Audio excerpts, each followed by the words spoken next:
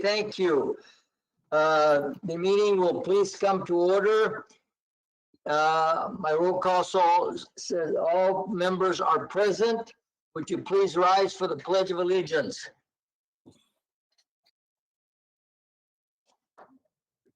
Salute. I pledge allegiance to the flag of the United States of America and to the republic for which it stands, one nation, under God, indivisible, with liberty and justice for all. Report on actions from closed session. We have a conference with legal counsel, existing litigation. Gary Knaxat motion, Ron Heberly second, and the board voted to approve the settlement agreement of OAH case 2020-020200 by the following vote: 6 yes, 1 no. The negative vote was Mr. Porter.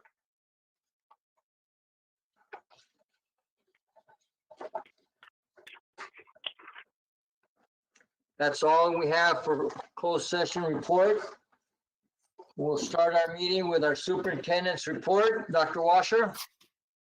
Thank you, Mr. Nava, members of the board. I'd like to start this evening with reading a portion of the letter that went out, that I sent out to our community this afternoon in regards to the current events that are occurring in our community, in our state, throughout our nation, in response to the tragic death of George Floyd. I'm just going to read a portion of it. The letter is out and available to our public. It is our responsibility as a public school system to educate the children in our community, not only on academics, but also on citizenship, how to work cooperatively and respectfully with others, and about the laws that were enacted to serve and protect all people in this country. It is also our responsibility to teach our students about their rights and how to use their voice in an effective manner to make the community a better place. Our district has policies and practices in place to make sure that our students can learn and staff can work in an environment free from bullying, harassment, and discrimination. We do not tolerate discrimination towards any individual or group. We will review our policies and practices each year and clearly communicate to our staff and students to ensure that our classrooms, campuses, and all work areas are free from all forms of discrimination. Also tonight, I'd like to announce some positive news for our Teacher of the Year, who was introduced to you a while back. Mrs. Laura LaRue from Bear Creek is a finalist for the County Teacher of the Year. That is fantastic. They select 5 teachers to serve as finalists, and from that 5, then they select the County Teacher of the Year. And as the board may recall, last year we did have the County Teacher of the Year from Lodi Unified, as we have had in the past several times. So we wish Mrs. LaRue the best and know that she is well deserving of this honor. Also want to let you know that our early college effort is really taking shape. You may recall we shared with you a while ago that we were starting something new with Delta College, where we were hoping that we could get a cohort of incoming new 9th grade students to be part of a new program where they could take college classes at Delta after their high school classes, so that it wouldn't be a separate school like early middle college. They would continue with their regular homeschool high school program, but then in addition could take high school courses and earn their high school degree and AA at the same time. Well, we are happy to report that currently we have over 140 students signed up for this effort. So we were hoping for about 30, and at this point we have about 146 students who are interested. So we'll see how that pans out. We know that Delta is going virtual or staying with distance learning for the beginning of next year. So we'll see how that works out. But very excited about the interest that our students have and the ability to work with Delta to give them this opportunity. Also want to let you know that this evening, as far as we know at this point, is Lisa Katowski's final board meeting. So I know that you will want to congratulate her, thank her, and wish her well. Thank you. Thank you, Dr. Washer. Continue with our board meeting and we'll have comments from the public. The 20-minute time period has been set aside for the public to address the board on items not listed on the agenda. Each public speaker shall limit his or her comments to 3 minutes, but is welcome to distribute any material to the board and or staff due to restrictions imposed by the California Brown Act regarding discussing topics that are not on the agenda. Board members may not engage in dialogue about these issues. Okay, we have any comments from the public? Mr. Nava, we have Mary Valerga Hood first. Go ahead, Mary. Good evening. Mary? President Nava, can you hear me? Yes, I can. Yes, we can. Thank you, President Nava, Dr. Washer, and members of the board. I have a couple of points about which I'd like to speak. The first concerns the safety of students and staff upon return to school, and the second is regarding the hybrid model for whatever the 2021 school year is to be. As I listened to the study session on the 28th, I specifically listened for what care and concern there would be for teacher and student safety. We asked our students to cite evidence, and I didn't hear a lot of evidence for several of the statements. For your information, as of today, there have been 982 confirmed COVID-19 cases in San Joaquin County. This is up 152 from last week alone. Lodi has had 47 confirmed cases, and there have been 35 confirmed deaths in this county. Yes, there is more testing, but ICU cases are also up this week. There's a substantial change. This is a substantial change from just 2 weeks ago. We must protect staff and students with PPE. I've heard many people say masks don't matter, but if you look at the current meta-analysis published by the medical journal The Lancet as of yesterday, June 1st, face mask, eye protection, and social distancing all help prevent the person-to-person transmission of SARS-CoV-2 and COVID-19. Mr. Khan presented a $6 million price tag for PPEs. I believe that number is elevated as we most likely won't need them all year. Even if that is the cost, is the health of staff and students not worth that? And then before the March break, I sent a suggestion to Dr. Washer about renting hand washing stations for those of us who are housed in portables without water or without a sink. My recommendation was for 1 hand washing station for every 3 portables. Perhaps I missed something, but haven't seen the cost for or the possibility of this coming to fruition. Hand washing, as we know, is the optimal way to break any virus apart, which destroys the fatty membrane, causing it to break apart. Sorry about that. 62% alcohol-based hand sanitizer, well, good, just doesn't attack the virus in the same manner. Some students have an affinity to the feel of hand sanitizer, requiring them to leave the classroom, losing valuable time to traipse across the playground to wash their hands. Hand washing stations mean fewer lost minutes and better cleaning for all. I believe I heard at the May 28 meeting that hand sanitizer isn't available. It is currently commercially available, perhaps a little bit more costly, and maybe we could contract with local businesses such as a Robinson's Feed or Walgreens to ensure that we have this option in the classroom as well. My final point is that whatever option we use for the hybrid model, we're all excited to get back to seeing students one-on-one, is having a coordinated district plan. Teacher expectations. For example, I met daily with my class, but each teacher decided what he or she or what the plan would look like. We need to have a coordinated effort as we go forward. Additionally, parents who found differing levels of commitment from teachers are looking at homeschool options. A coordinated plan with accountability on the part of teachers and students needs to be rolled out. Finally, we need the district to invest in paying for such digital annotation platforms like Kami. It was free for now, but should be a tool all teachers have access to so that we don't have to pay out of pocket for it. It is a phenomenal tool. I believe the district coaches can help pinpoint or send out a survey for those platforms we found most useful and beneficial for engaging and interacting providing interactive learning opportunities for our students.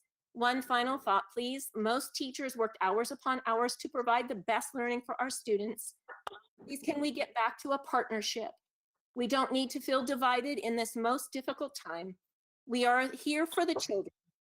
Are you here for us? Thank you. Thank you, Mary. Valerie, anybody else? Yes, we have Michelle Orgon next. Go ahead. Michelle? Hi, Valerie. I put down for public comments because I couldn't find employee comments. If there's a spot to put me in for employee representative later, that would be great. I will do that. Thank It will you. be. Okay. Next up Next, will be Doug Zalicki. repeat, Valerie. Doug Zalicki. Oh, hi Valerie.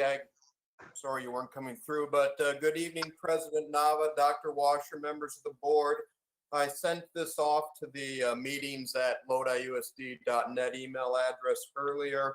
I put my thoughts in the form of a resolution, and please don't think of this as something I want to see adopted at a future meeting. That's just kind of how my thoughts were coming out. But without any further ado, it says, whereas by mid-March 2020, the governor of the state of California had issued a state of emergency and stay-at-home orders to stop the spread of the novel coronavirus. Whereas the Board of Education of the Lodi Unified School District had previously predicted a decline in enrollment and revenue. Whereas district staffing levels already are below numbers needed.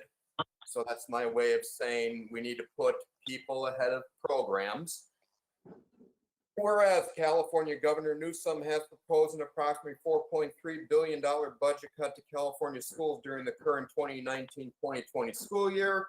Whereas California Governor Newsom has proposed cuts in excess of $13 billion for the 2020-21 school year, and that's statewide. Now, therefore, be it resolved, the Lodi Unified School District will work to reduce expenses first and foremost with minimal, if any, effect on the students it serves. Be it further resolved, the Lodi Unified School District will refrain whenever possible from adopting new programs and will ensure that any new programs, technology or otherwise, do not duplicate current offerings. Be it further resolved, hedging of future expenses shall cease to allow a Lodi Unified School District to focus on current budgetary needs. Examples include, but are not limited to, property acquisition, road construction, facility construction, building projects that directly replace current facilities shall be exempted from the limitations set forth in this resolution. And just forget about my last line. So yes, I know the need to worry about real estate because it's an appreciating of investment. So if we buy it when it's at a low point, then it's cheaper in the end for when we need it. But I'd equate that to like when I went to Home Depot and spent $200 on batteries and a cordless sander. And I suppose I could say that I saved $129, but I still spent $200. It's a little different idea because it's appreciating investments versus depreciating, but you know, we need to be careful about the money that we have right now. All right, that does it for that. Thank you. Thank you, Don. Valerie? Our last person is Darcy Alcady. Darcy, you're on. Okay, and I'm a teacher also, so I didn't see a spot for that. I didn't know if you wanted me to talk about it now or if you wanted to bring that up in another time. Like Michelle said, for No, staff. this is the correct time. Okay, so I just have a question, I guess. I have issues with I know budget cuts are coming, and I'm seeing, as I'm walking around neighborhood, taking my daily walk or whatever, I saw like Podesta Ranch, I know is going to be doing parking lots, and it's a newer school, and I'm thinking, why is it going to be redone when there's things I know, like at Bear Creek, when we have a rotting floor that has mold in it that needs to be replaced? Like, how come those things aren't being done first? Those have been in the works, or I've had work orders on those for at least 2 years now. I'm just not sure, like, how we're making decisions on what projects are being done and what projects aren't being done at this point, and it concerns me. Safety wise, that's an issue for us at Bear Creek. The gym is, with mold being in the floor and such. I have an issue with no hot water in our staff bathroom, which is going to be an issue for washing hands when we come back. If that's supposed to kill our germs when we're washing our hands, we don't have warm water in our staff bathroom. A ball holder, I got a notice that the work was completed and it's still laying on the ground. In fact, we had to go and find it and put it to the spot where it was supposed to be placed. It was never completed. The work order is not done, and I got a notice that it was already finished. So like I said, I don't know how we go about doing these things. I've had work orders that have been in for at least 2 years that are not being taken care of. And yet I see a perfectly good parking lot that's at a newer school that I just drove on it 2 months ago, 3 months ago, and there was not even a pothole in it, and it's being totally resurfaced. I just don't understand how things are being done, why we're spending money where we're spending it, and how we can contribute to making those decisions or having things done that need attention. That's just some of my thoughts. I'm frustrated by it. The other thing is I'm doing athletics this year, and I have a secretary that could be compromised. She has diabetes and she's up in age. And when we asked about a shield for our office, that was nowhere in the works. And I'm not sure how the district is taking care of that. If you're supplying shields for your office staff, and if you are, is it going to be every office in the school, or is it just going to be the front office? So that's a concern for my site and the things that we have that are going to be going forward and in the past. And like I said, I just don't know how money is being spent and who's making these decisions. I know that when I get several work orders and they get backed up, it seems like they're not being done. And I'm just concerned going forward that some of the stuff isn't going to be taken care of and it's going to compromise our safety. That's it. Thank you for your time. Thank you, Darcy. Dr. Washer, are you keeping time on the speakers? Yes, I am. Thank you. Next speaker, Valerie. That was the last speaker for this segment. Last speaker for this segment. Okay, very good. Thank you for the speakers, and we'll continue on with our board agenda. We have comments from the board. We will go with Mr. Porter first. Okay, thank you, Mr. Nava. Not really much to share because not much happening now with graduation's over and we're headed into the break. Of course, summer school is starting up, and I'd like to learn a little bit more how that's going. We don't have that on the agenda this evening, which kind of bothers me. I'd like to know what classes and sizes and things are going there, how remote learning might be being set up, how are we doing attendance for that, things like that.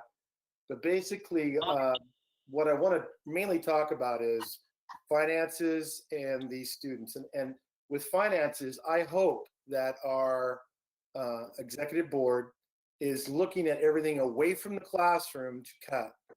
The last couple of meetings that we've had a fire road, we've had items that were just non-essential. As I went through the warrants, how are we looking at how we're spending our money? The fence that was supposed to go up around the ESC that was hidden in an agenda item, I found rather bothersome. How are we spending money is very critical to me. And then the other item was summer school. The fact that a decision was made where we weren't going to have a summer school, but yet now I'm hearing that we have 1,300 students because this board acted and we were able to make that available to them. So I'm just wondering what's happening on our e-board side and where their vision is. And finally, I want to end with this, is that all our decisions should be around the students and what's best for them. We're going to have to open school, yes. We're also going to have to offer remote learning? Yes.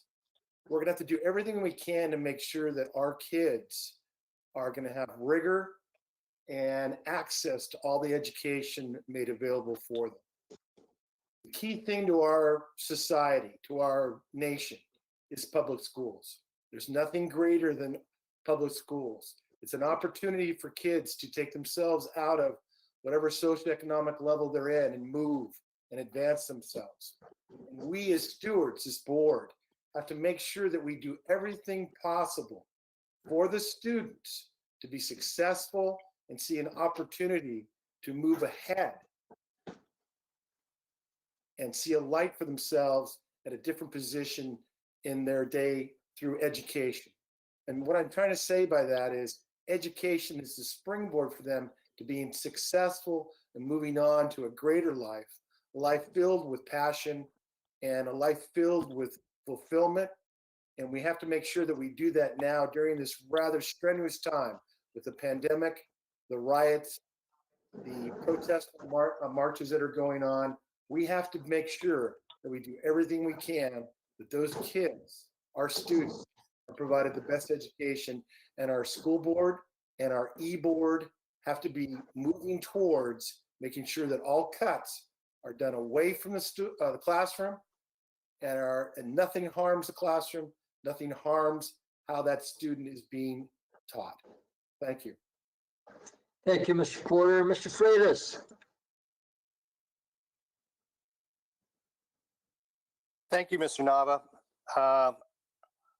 I would join in my colleague, Mr. Porter's comments. And I also would like to commend all of our seniors and our high schools on their graduations. I got to participate in a couple of graduations. I saw many of the YouTube channel ceremonies, and I participated in a couple of the drive-through ceremonies. And I got to tell you, it was absolutely first rate. It was very emotional. It was recognizing our students, and if we couldn't be in UOP, I think that this was a very, very close second. So I congratulate all of our high school seniors and thank all of our high schools for honoring them in a very appropriate way. 146 students signed up for Delta College. That's very impressive, and I commend the staff for making that happen. On a more somber note,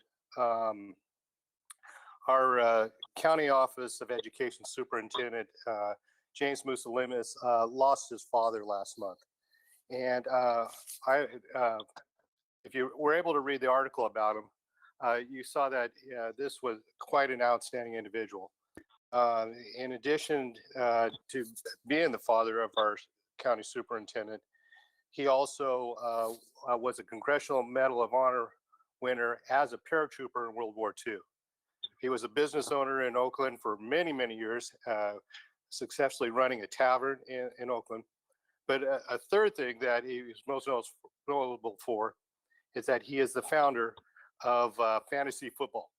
So, and you can Wikipedia it and his name would come up on that. But obviously an outstanding individual. His son does an amazing service for our district and our county. And our thoughts and prayers go out to the Musolinos family over this loss. Lisa Katowski, I think I've honored you and said this is your last meeting about 7 different times, but you know, it never hurts to say one more time. Thank you very much for the amazing job that you've done to this district. I am definitely going to miss you. I greatly appreciate your hard work, your insight, your wisdom, and I wish you all the best in your retirement. So thank you, Mr. President. Those are my comments. Thank you, Mr. Freitas. Mr. Neely.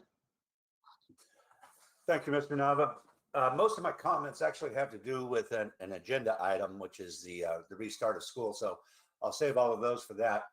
But I do want to say, Ms. Katowski, you are going to be sorely missed. I'll tell you. I remember that when I first started at Lodi Unified, I became pretty active with the board and going to board meetings. And I remember asking somebody there, well, what does Lisa Katowski do? And the reply was one word: everything. And that was that was about accurate. I tell you, you have been involved in just about everything. And the way you kept things together during that last financial crisis was amazing. So thank you so much for everything you've done. And that's it for me for right now, Mr. Nava. Thank you, Mr. Neely. Mr. Herberly. Thank you, Mr. Nava. First of all, I'd like to congratulate Ms. LaRue for being a finalist. I'd like to congratulate and wish good luck to our high school seniors.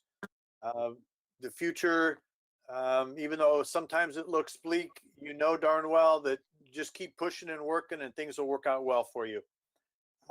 Ms. Katowski, I want to thank you and wish you a happy retirement. Most of the comments, like Mr. Neely, most of the comments I have this evening are based around our first report item, which is planning for the next school year. I've said it several times, and I'll say it again about my opinion on how things should go regarding that. Also, one of the things that I think is very important, and it keeps coming up meeting after meeting after meeting, is our budget reductions that are being necessitated because of the conditions that we're in with the state cutting our revenues. But really, any time should be a good time to look at your operations, look at what you're doing, and see how you can streamline things, and always do that in an eye for efficiency and what works best, knowing that we are still a service industry and we're here to serve the kids. So like it was mentioned before, I'd like to reiterate that the cuts that are made are away from children. That is the point of service, and that is our goal. And you know, we're called trustees because we're supposed to generate trust that we are looking out for the best interest of our students. And I'd like to see somehow that we could formalize looking at our operations and have updates periodically, whether it's our district level department heads or whether it's anybody that comes up with ideas of how we could streamline things, because they're maybe the closest ones to that. There should be a mechanism where they could offer, maybe through their employee groups or however, a suggestion to lower the budget, and that way we can channel more money into what we're doing at the school sites. Because again, that's the point of contact, and that's, for me, the important part where we have to channel most of our funds. So again, the last thing I wanted to say is our first report item, and I will hold the rest until then. Thank you. Thank you, Mr. Herberly. Ms. McFarland? Thank you, President Nava. I don't have much other than I want to send my thank yous out to all the people that continue to email the board members, from parents to teachers to interested community members, on their opinions and insights and wishes for how to open in a pandemic. And every time I read a new email, I'm awestruck at the thought and the concern that has gone into it and the insightfulness. So I want to encourage everyone to continue those to board members, and that we do read them and we do appreciate them and we do find them useful and helpful. And you would be surprised at the number that we get and the theories that continue to recirculate. So, in each of your thought patterns, we are evolving a decision. So I do thank you again. Thank you, Mr. Nava. Thank you. Thank you, Ms. McFarland. Mr. Knapsack? Thank you, President Nava. Yes, sir. Normally, by this time of the year, we would have attended graduations, high school graduations, where, among other things, the teachers of the year would be announced at each high school. Well, that didn't happen this year.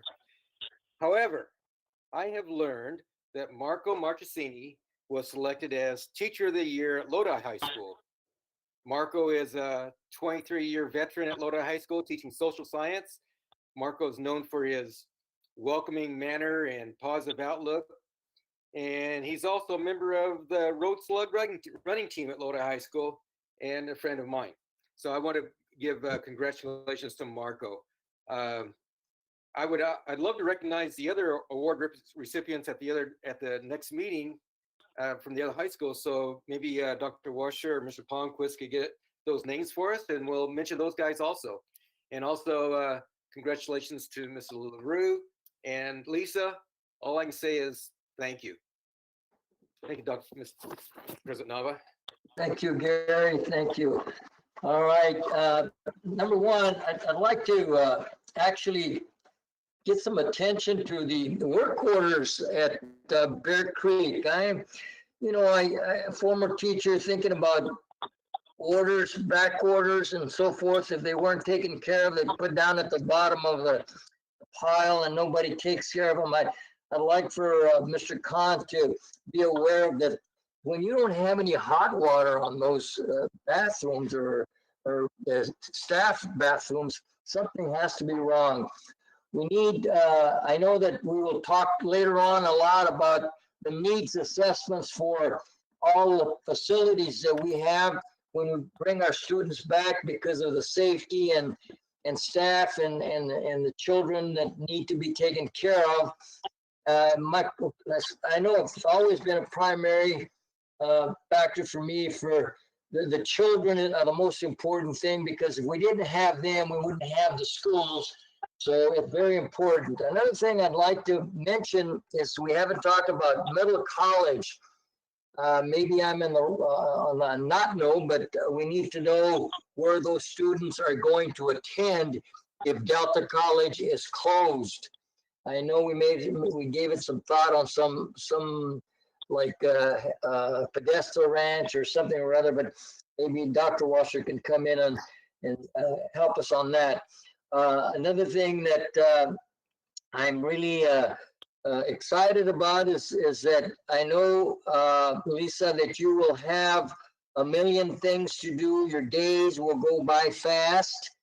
And one thing that I was told by a former athletic director coach that I worked with for many years, he says, Joey says, when you're going to retire, you know that you are ready to retire.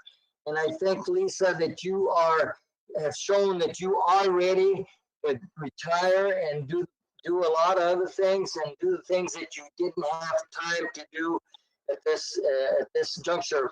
I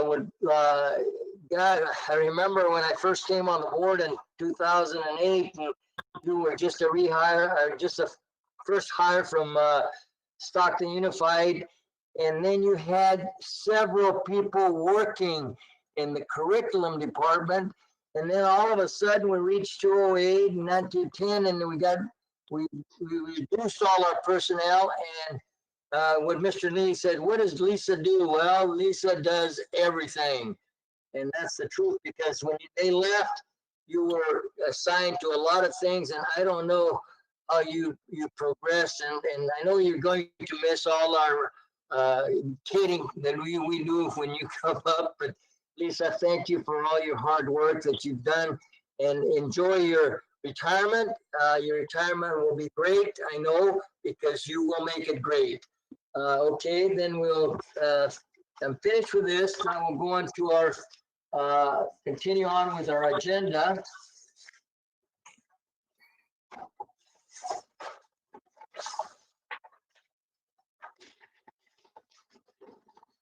We have some reports, and I'd like to start off with the first one, update on the planning of next school year. Ms. Katoski. I'm going to take that one, Mr. Nava. Okay, you're going to take that one. All right, thanks, Dr. Washer. I'll start this off. Thank you, Mr. Nava, members of the board. We did put this on the agenda in case there were updates and guidelines available, and to have an opportunity for board to have a discussion and to hear any input from the public. We were hoping to be able to get some guidelines from health and state officials. That has not come yet, so we are still waiting. We know that the CDE is going to put out guidelines for schools. We are still waiting for that. So there has been no change in that regard. There has been a new or a revised order from the county public health that did not include any guidance for schools at this time. So we do not have that type of thing to report to you. What I can tell you is that we are currently working on a very brief survey to go out to different populations in our community, staff and parents, on more specifics about what was talked about at the study session. We currently have a survey out that is still open until Friday on the issue itself in terms of school closures, distance learning, those kinds of issues. But the next one is going to be more specific in terms of the different learning models and getting some feedback from our community on what they're thinking about those models and what their intent at this point might be in preference of those models. We know that things are still changing. We know that we don't know the rules yet and it's still early, but we want to get a sense of where our community and our staff members are in terms of what was shared at the last board meeting. So before, Mr. Nava, you open it up to board member comments, I'm just going to pause a moment just to see if cabinet staff have anything to add at this point.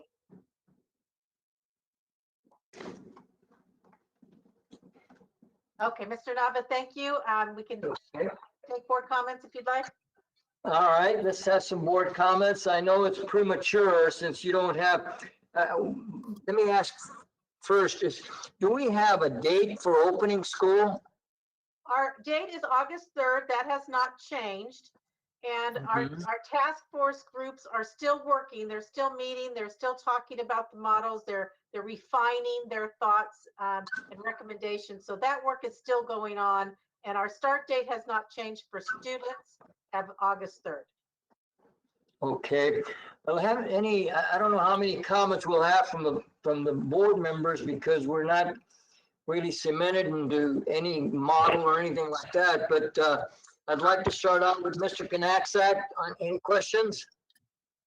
Well, I can just make a comment that I'm sure along with, I'm sure all the board members have got the same emails, getting a ton of emails from both staff and parents. And I can tell you it's running something like this. About 50% of people want a full normal school, regardless of what, any virus that might be out there or whatever. And 50% of people want completely distance learning. And so what I can tell you is that while it happens, it's going to have to be somewhere in between. But I do appreciate the emails because it does give us information to talk about, but we just don't have enough information at this point. One thing, Dr. Washer, that we might want to consider is opening school later than August 3rd. We have some 2-week vacations that we could just have those vacations at the beginning of the school year, and that might give us more time. I'm sure I'll get a lot of emails about that too. But just something to consider. If we need more time, we do have those vacations that could be used right away. Thank you. All right, thank you, Gary. Ms. McFarland? No comments at this time. Thank you. Okay, thank you. Mr. Heberly? Thank you, Mr. Nava. Most of my comments and thoughts have been revolving around the start of the school year. I thought that our last study session was really a good example of the variety of things that we're trying to tackle and look at. And I think of all the things that it did is it let people know that, yeah, we're considering all the issues that seem to be coming forward. The task force groups are going through them, trying to come up with, alternatives. And I thought it was very clear, and I think it's a good idea that no matter what we do, there's going to be a distance learning model in conjunction with children in seats at school. We are looking at 2 months down the road. And of course, we have to make the decision way before that. But the amount of information that we're learning about the virus and so forth puts us in a much better place in order to handle it. We're talking about flattening the curve. We're talking about not overloading the healthcare system. Those things have all taken place where those problems have been reduced. So that's all real positive. I myself would like to see us do a full reopen on August 3rd. And along with that, though, there has to be the component of what was mentioned earlier is make sure that we have hand washing stations, make sure that, there's some instruction for the kids to remind them, the hand to the face is probably the biggest portal of entry for the virus. And they're also finding that distance learning is kind of taking a back seat to those kinds of things. Watch your contact, wash your hands, avoid touching your face. Those three things really put us in a much better situation. Now, no matter what model you use, when you're talking about second graders or third graders, okay, it's a whole different ballgame. Just like as you are when you're talking about high school. I mean, just getting kids not to share drinks is huge. They don't seem to get it. Well, maybe they will now. So anyway, to just cut it real short is that I would love us to reopen normally with additional considerations such as the cleaning and disinfecting, and that goes for the classrooms, the buses, on and on. The instruction with the distance learning component, I think, is going to be huge for people who are uncomfortable coming to school. They can do that until we see how everything will unfold. So, no matter what we think, no matter what we say or do, there are things that are going to come down the pike that are beyond our control, and we're going to have to do what we can do while complying as best we can with the requirements that are going to be placed upon us. It is all up in the air. It is all flexible. Thank you. Thank you, Mr. Everly. Mr. Neely? Thank you, Mr. Nava. I want to, I'm sorry, I want to go back to some of the issues that we've talked before. First of all, Dr. Washer, I think it would be extremely helpful if we had a roadmap of where we're going with this. What are the issues, all of the issues listed that we're looking at right now? Because we really don't have much to talk about right now. And that's kind of concerning since we're looking at a start of school of the 3rd of August. Now, I do agree with Mr. Knackstead that it doesn't have to be the 3rd of August. What it needs to be is well thought out, well planned, and well prepared. So if we need to push it off a little bit, then maybe that's what we should be doing. But a roadmap of where we're going was what are the issues? What are we going to do about cleaning supplies, disinfecting supplies? And if we do a full restart, do we have the resources to clean those classrooms all the time like we should be? And also, I think that any plan about restarting will not be complete if it doesn't have a plan for what happens if our campuses are closed again, because there's a lot of people talking about a resurgence of this virus until we get a vaccine. So I think that that's got to be included in there as well. Before I forget, I want to thank Emily, I think it's Leva, and Natalie Handel, some first grade teachers who sent me different emails, but they were both about the same thing. And that was about this classroom platform, a digital platform. I mentioned last time that I'd like to see everybody standardize on Google Classroom. And I'll explain that. That's because, parents have enough, are having enough of a problem learning how this is working without giving them different platforms to work with. So if we could standardize on Google, I thought that would be a good idea. They spoke about a platform called Seesaw. And as a matter of fact, Emily sent me some really good resources on that. I checked it out. I went out and talked to a few people. I've got, I would be happy with using that platform for our K3 if they would like, give the teachers the option to do that. And I think that needs to be written in there as well. I'm concerned that we're going to wait too long to come up with the method that we're going to use, a model that we're going to use, and won't have enough time to prepare the lessons for those.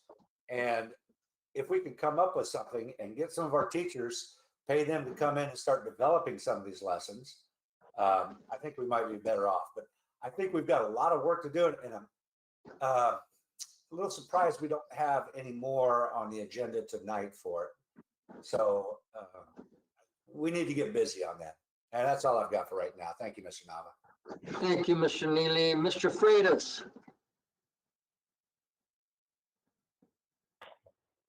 Thank you, President Nava. We just talked about this at the study session, and my comments are the same. And I thank my colleagues for their comments. But I want to see us teach students in the best way possible and also in the safest way possible. And what that's going to look like, obviously, involves a lot of compromises. And if, like Mr. Harpley suggested, if we can have everyone back in our schools fully open the way they were on March 1st, that would be just absolutely huge. But only if we can do this in the safest way possible. So my comments are not the same. I also appreciate that we should keep a distance learning option. And I appreciate staff for their hard work. And I look forward to the information because these decisions are very detail oriented.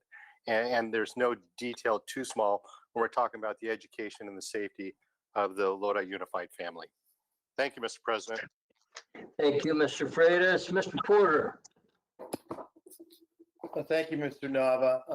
This kind of goes into my general comments, that soliloquy I gave with a bright light. But I think if you attack this in a quantified manner, the first thing that we should be doing, and it should be done really, is distance learning. We have to offer that. We have to advertise that. And I know that Dr. Washer is working on that. Coupled with that, it has to be K through 12. And we have to have with that, who's going to teach it? How are they going to teach it? And we need a standardization of how we're going to take attendance, how we're going to do Zoom with the students, what type of assignments we're looking at for each subject. Of course, it will be different for K through 3 and 4 through 6, 7 through 8, and then of course 9 through 12. So distance learning to me is the first thing we have to get up and go. We're going to lose numerous people to charter schools if we don't have that. The second area is the modules that came through the task force. Great ideas, wonderful collaboration. Just awesome to see people come together with some good things, but just some general comments. We do a 50-50. What happens if a student gets COVID-19 or tests positive for it? Does that teacher sit out for 14 days and all the students he came in contact with? Are we going to do contact tracing? A lot of issues there. And then with that, of course, how are we going to be cleaning the classrooms, providing hand sanitizer? Where are they going to do their lunches? We have to be very nimble in how we approach this. And as Mr. Neely said, I had hope for more tonight.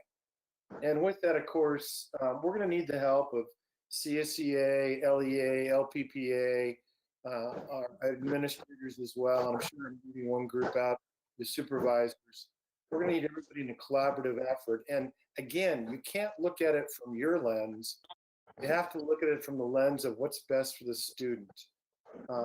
Whether we open August 3rd or we open later than that, that all is good. And the more we learn about the virus, the better. But the first thing I think we need to attack is distance learning. So we offer that to those parents that are on the fence. They're not sure, they're going to wait for a vaccine. We want them to stay within our family of Lodi Unified. And the second thing we need to come up with right away is how we're going to come back. What module, or are we going to come back in full force? And then, of course, what date?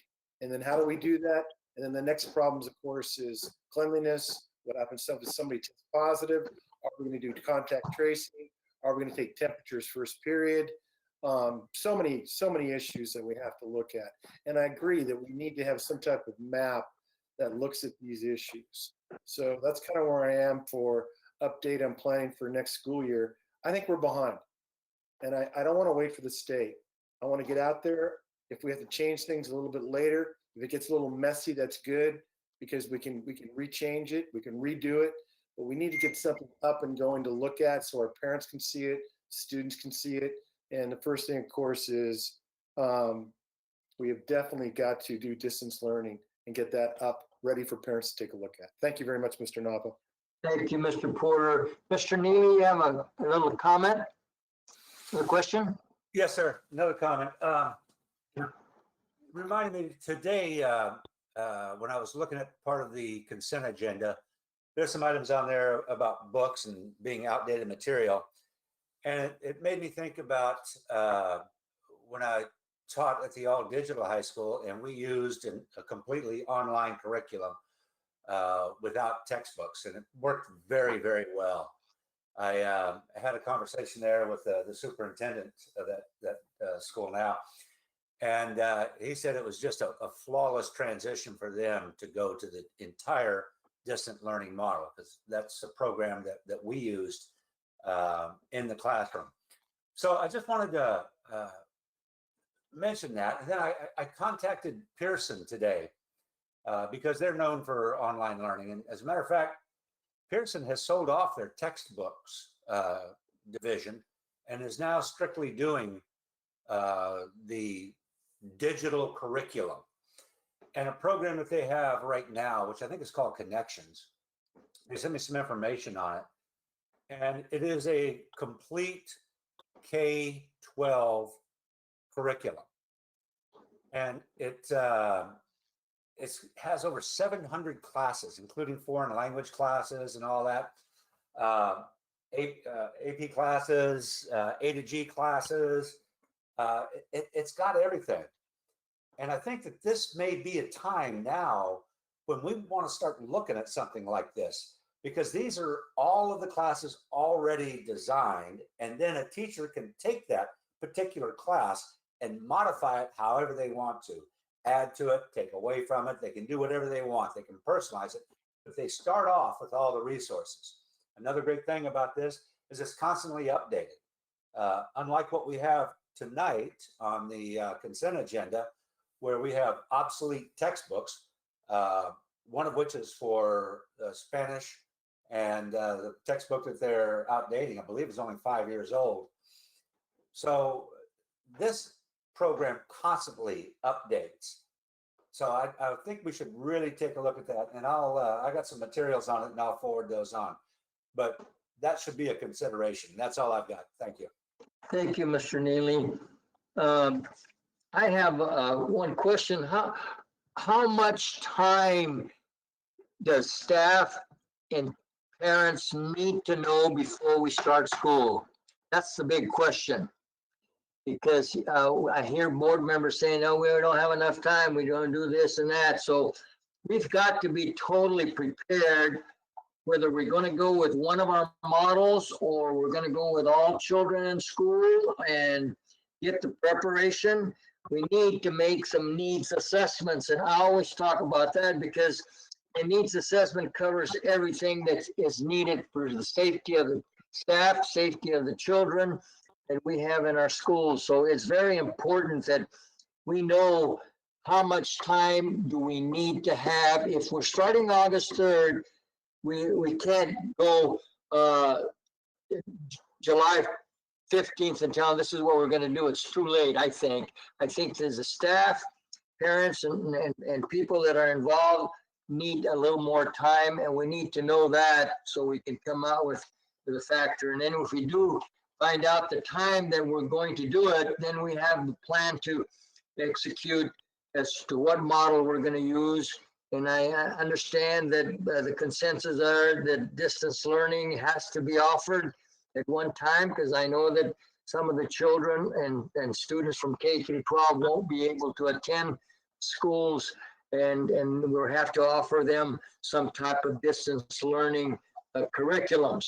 So that's my piece of information, and we do need to find out the time on that. Okay, no further questions on this. Dr. Washer, any questions on your, No, Dr. Washer? no questions. We will keep planning, and, you know, we may need to contact you for another study session. We do have a couple more board meetings in June already scheduled, so we'll use that time as well. So we will keep going with the process.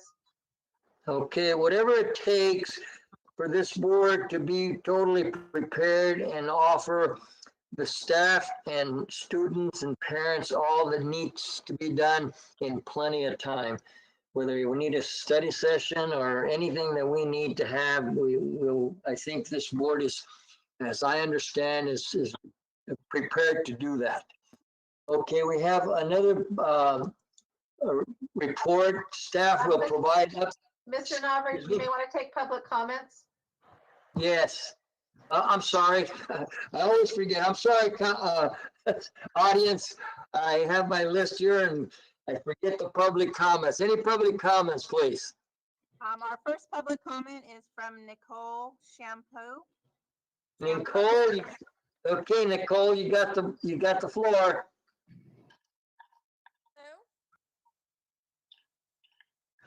Nicole? No, Barry. Can you hear me now? Barely.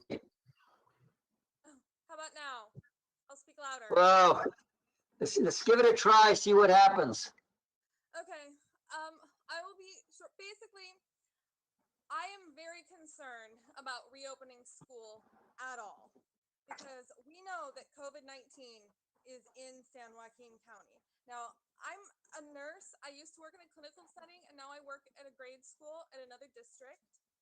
And any in-person school will expose the teachers and the staff, no matter how well you protect the students. And I'm very concerned about that as well, because you do not have enough hand washing stations. You can't have 10 to 30 kids washing their hands at the same time in the same sink. And with the amount of hand washing that is necessary to disrupt the spread of a virus like this, especially something that requires in a clinical setting droplet precautions, which is really extensive. I just don't think that it's conscionable to require anyone, students or staff, to go back to in-person classes when we know that this is out there. And so I've been hearing a lot about distance learning, and that, you know, this is something that should be open to the students and this should be open to the parents, but I really think that it should be open to the teachers as well. If a teacher does not want to go back to the classroom because they don't want to bring this home to their family, then they shouldn't be forced to, and they should have the option of teaching digitally open to them. Thank you. Thank you, Nicole. Any other comments from the public? Our next one up is Michelle Orgon. Michelle? Thank you, President Nava, members of the board. I think as some of our sentiments from Leah are similar to what some of you mentioned. Safety, safety, safety is utmost importance to all of us, for our students and our employees. We understood that as summer school opened, we would be getting updates regularly about how summer school went into making our decisions to look at how next year's planning would go. So we might ask that an update on summer school be one of those report items that's shared out in the month of June as to how that process is going. I know that I don't believe that we surveyed teachers at the end of the school year as to how the process went and the good, the bad, the ugly in making the plans for next year.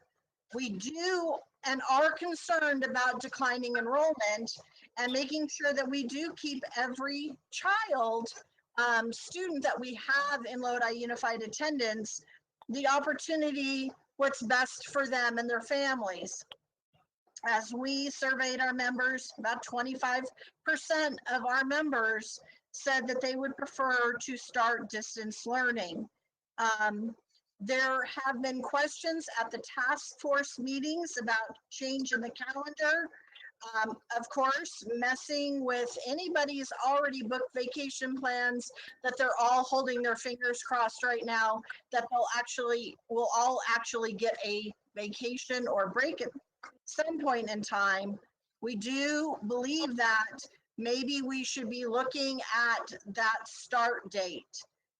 It's been mentioned, is it safe? Are we prepared? As we heard tonight, looking at the time frame and do we have enough time to put all these things into place?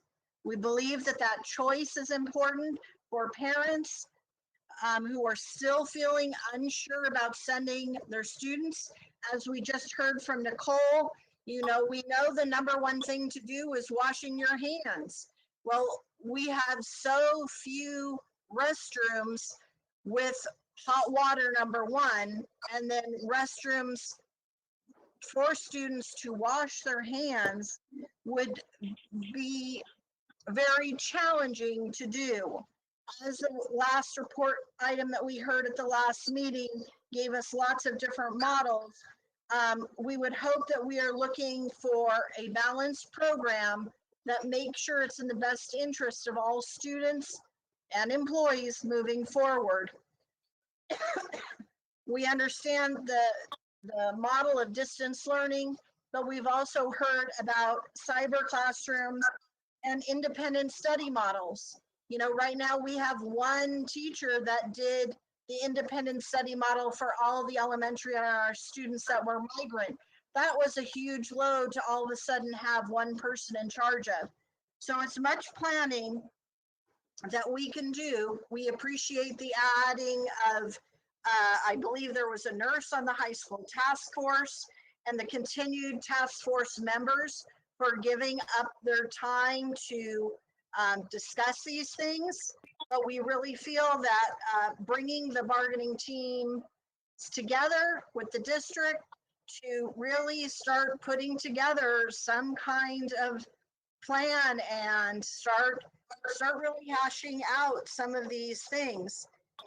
I'm curious because I thought I heard earlier that school site council, I think, was mentioned, that they have a say in safety, and that was news to me. But we certainly would like to have local involvement, being school sites, about what is best for their site and opening and safety, because every plant's facility is just a little bit different.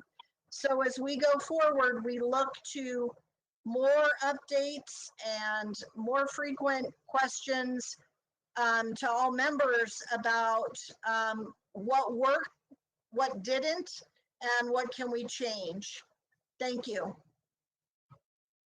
Thank you, Michelle.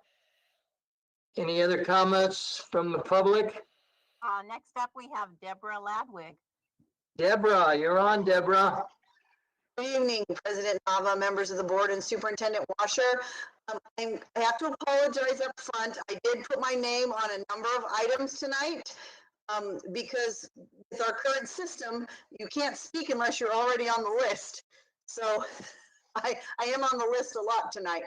I want to thank you for your thoughtful planning for the next school year, and also your recognition that we can't sit on our hands too long, that we do owe it to our community to make a plan and to allow the community the time to be able to act and then participate in the plan, whatever we deem to be the best for the students. So I just want to thank you for your thoughtfulness, but also your diligence. And thank you for my opportunity to speak. Thank you, Deborah. Valerie, anybody else? We have one last commenter, and that would be Michelle Kenny. Michelle Kenny's on.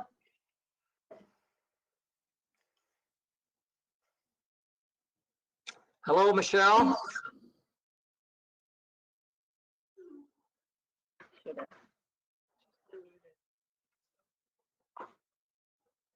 Last Michelle? comment, Michelle Kenny. Okay, she must have stepped away from her computer, so we'll have to just go on. Okay, thank you. Then we will go on with our agenda. Staff will provide updates on the 2020-21 budget adoption. Mr. Khan. Thank you, President Nava, members of the board, Dr. Washer. I'm going to attempt to show my screen here. It should be before you at the moment. If it's not, if somebody would tell me. The board has already seen, and the community has already seen this set of slides. They have not been revised since last week, but they will be prior to the June 16 budget adoption presentation. We're in the midst of political sparring for the eventual July budget. One interesting thing, I don't recall seeing this, but the Senate, the state Senate actually came up with a completely different budget idea than the governor's May revise.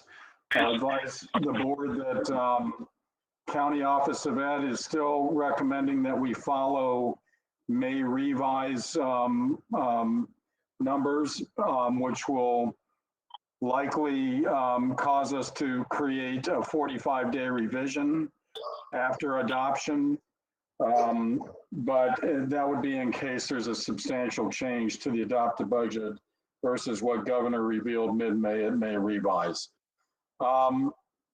This is going to be a tough year. I'll mention that the Senate's version actually reduces all cuts in the budget, and it handles a shortfall with massive deferrals.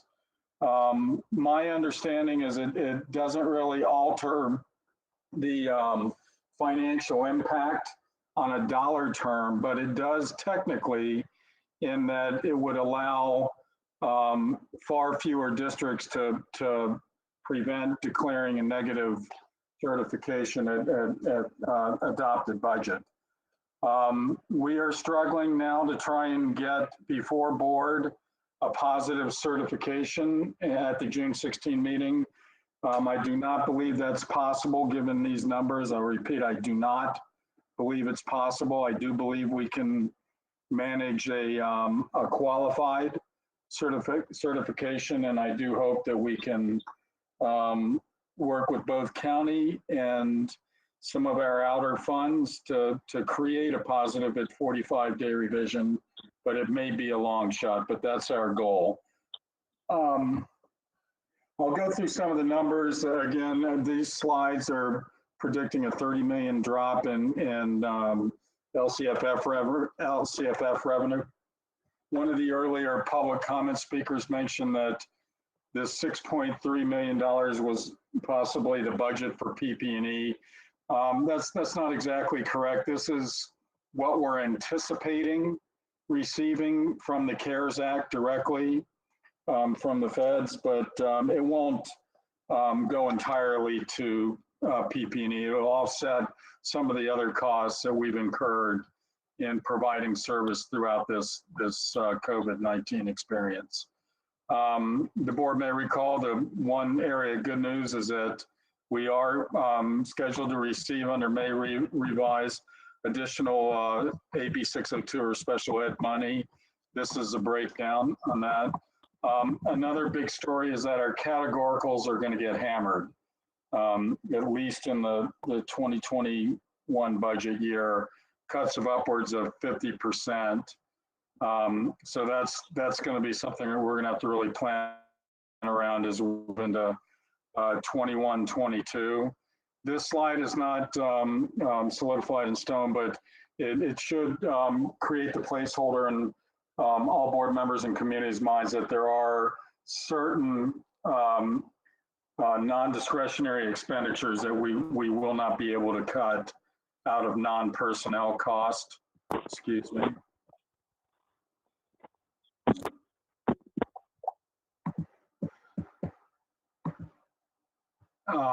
And these are some of the cyclical costs that that staff will focus board's attention on in future budget years. And these are staffing ratios, which at some point may need to be looked at as well. These are big numbers, and it won't be cherry picking a single program or position that will get us out of this in the near future.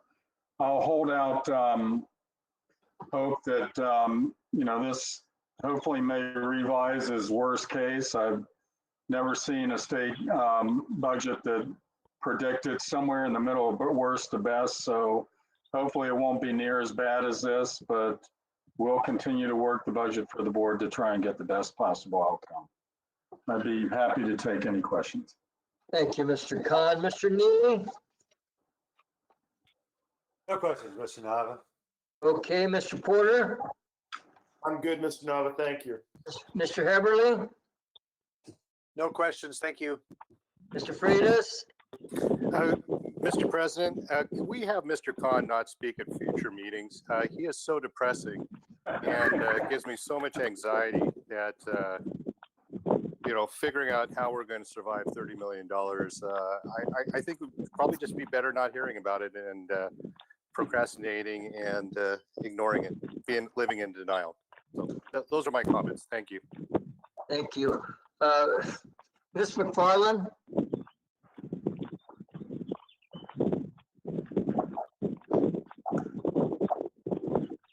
Susan, are you with us?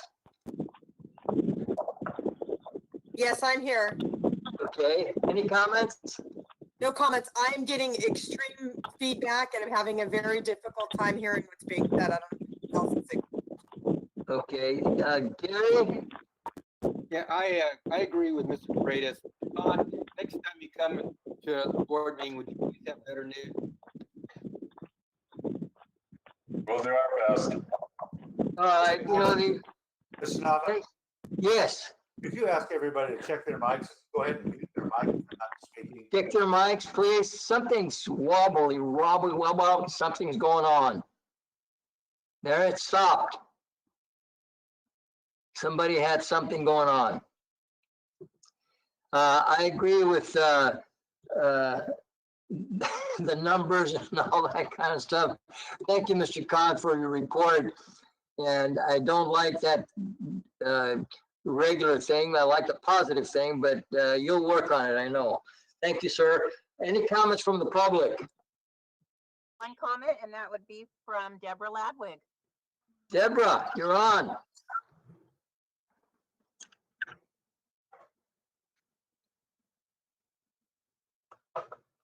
There we go. Okay. I think I'm open now. Okay, you're open, yes. Excellent. Okay, so thank you again for the opportunity to speak. And again, I put my name on the list because I wasn't sure how the conversation would go, and I thought that I might have some questions. But this looks pretty straightforward, so thank you for just giving me an opportunity. Thank you, Deborah. Any other comments from the public? Okay, if not, we'll continue with our reports. Local Control Accountability Plan Operations Update. Ms. Katoski. Okay, show my screen. President Nava, members of the board, and Dr. Washer. I hope you can see my screen. First, I'd like to say thank you for all the nice and kind words that all of our board members shared with me tonight. It does show how much you respect the staff and teachers of Lodi Unified, and I just want to let you know that I really did enjoy working with this district, and I hope we made some change. So I just want to start with that first. I do get emotional. I don't know why, but I do. So I'll start with, this is our LCAP. As you know, we at this point in time would be bringing to you a finalized LCAP report for next year. With the COVID-19, the State Department has extended the delay of the LCAP until December of this school year. So while I won't be here, Dr. Sali and Dr. Seha will be bringing forth the 2020-21 LCAP in December, and then in the springtime, the 21-22 LCAP. So somebody's going to be working overtime next year. What you have before you is a report that they asked us to do regarding the COVID-19, and I believe there are 5 questions, and I'm going to turn that over to Dr. Seha so he can explain to you what we did with the answering the 5 questions and what the 5 questions were. All right. Welcome, Dr. Seha. All right, President Nava, Dr. Washer, members of the board. In the document, we answer 5 questions outlined by the California Department of Education, and these are related to the areas that are usually addressed in the LCAP document. As you all know, it's usually a 150-page document. This document that we're presenting tonight is just a 4-page brief overview of our response to COVID-19. And we answer five questions related to, number 1, program offering changes during the closures. Number 2, updates on how we're addressing the needs of English learners, foster youth, and low-income students. Number 3, information regarding high-quality distance learning offerings. Number 4, information on how we provided meals to students while maintaining social distancing.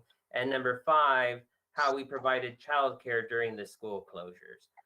So as you can see, we worked with the different departments that were providing the services to provide an overview for our community on how we provided these services. And we present the document tonight to get feedback from the board and to hear from members of our community as to how we need to modify the document. This will be what we're presenting at this time in lieu of the LCAP, and like Ms. Katowski said, next year will be a busy year where we'll be writing 2 LCAPs in 1 year.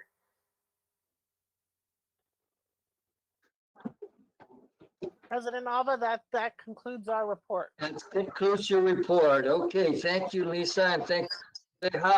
We have any comments from the board? Susan? We have a comment from Michelle Orgon. I'm sorry. Valerie? Valerie?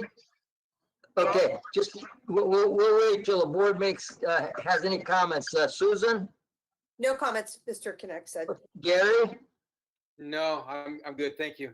Mr. Freitas? No, thank you, Mr. President. Mr. Eberly?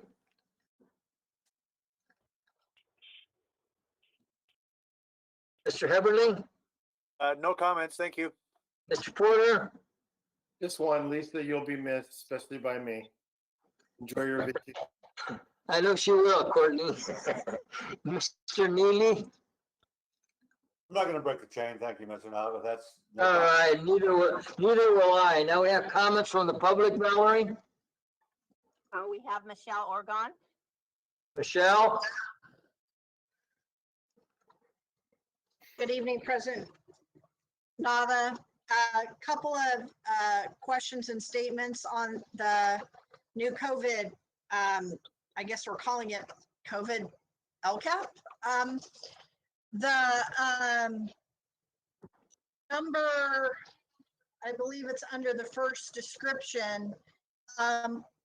We appreciate the getting out of devices, of which we had already gone 1-to-1 to all students. We feel like we need to develop a more responsive and reflective practice.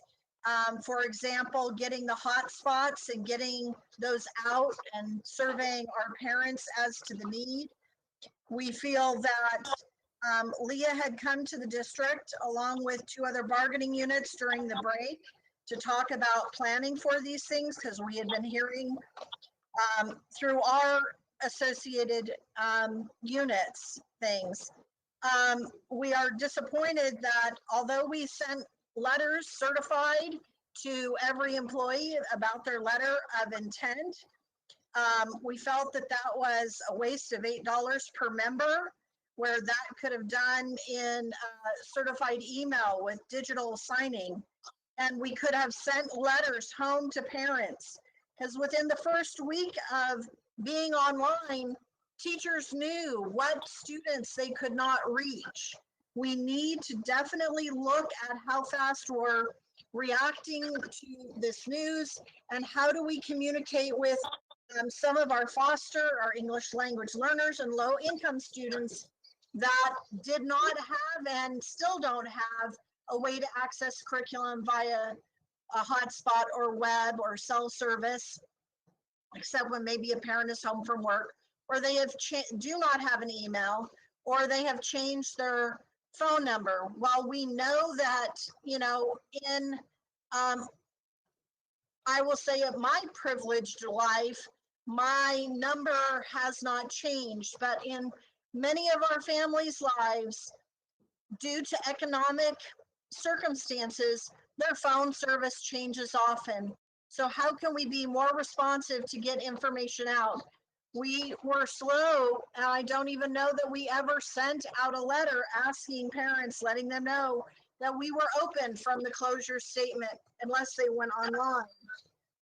When we go down to providing a description of the steps that have been taken to provide meals, we wanted to mention we appreciated the quick responsiveness and change, like when the water main broke at Lodi High, and changing up the food service was those areas that needed to switch the food service. We are very reactive at that point in time. I know I talked with my counterpart in CSBA. We had talked about, you know, different days not doing food service every day. And so then that change did come about. But hearing about the rationing of PPO, the safety wear for my CSDA employees that are my fellow employees and my members that went to help out, and rationing out items for safety really makes me nervous. If we had to ration, then are we going to be able to start school with the appropriate wear? The last item I'd like to ask a question on is the providing supervision for emergency childcare services. It was my understanding that we did not host a place. Can somebody clarify, did we in Lodi Unified host a child care emergency service? And where was that? And who did provide the services to those students, children? Yes, Jose Maciel's office worked with our after-school program providers to provide 2 pop-up childcares. One of them was actually at the district office, and you know, we did offer childcare for first responders. We did have low turnout for that program. We're not sure if, you know, it's that the word didn't get out about the services being provided, or if, you know, there really isn't as great a need as we anticipated. Well, that's, wow. Thank you, Dr. Seha. That is news to us. As we had no idea, as I have shared with other teachers associations, that we did not have this in place, yet it sounds like we did. I'm curious as to, you said it was after school employees, were those CSEA employees or City of Lodi? If I may speak for Jose Maciel, it was offered to all the essential workers, the healthcare workers, the City of Lodi workers who needed to have childcare provided for them so that they could continue to take care of the patients at the hospitals and the City of Lodi. Yes, thank you, Lisa. I did understand that. As we have had parents ask on our page about that. We were totally unaware that this was happening, as I have two relatives that work at the hospital. So I was quite surprised that this went out. So maybe the low turnout was the lack of advertisement. Was it CSEA members that worked in those child care centers or City of Lodi? This is Kathy. This was a joint effort with the City of Lodi. They organized the workers. We agreed to provide space and other resources. They had folks who would take care of delivering the service. So it was mainly coordinated through the City of Lodi for the employees that needed the care from the hospitals. So it was a joint effort with the City of Lodi. It was not just a Lodi unified program. We also reached out to the City of Stockton, and they were not interested in a similar program. Thank you. That's all our questions. All right, thank you, Michelle. Valerie, anybody else comment on? We have a comment from Deborah Ladwig. Deborah, you're on. Good evening. Of course, it's me again. Thank you, President Nava, for allowing me to speak again. I had a couple of questions. If we could scroll up a little bit to, I think it's page 2, where you talk about the English learner students and the foster students. There you go, English learners, foster youth, and low income.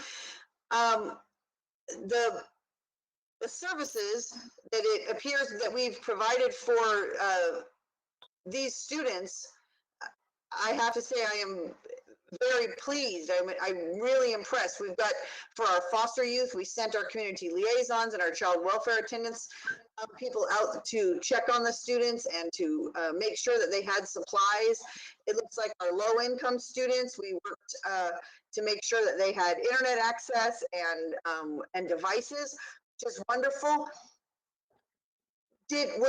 Were these services that were provided to all students, or was it only provided to these particular students? If I happen to be a non-low income foster youth English learner, did anyone call me if I didn't log onto the computer? Did anyone ask me if I needed a computer? Are these services that were provided to everyone, or were they just targeted for these particular subgroups?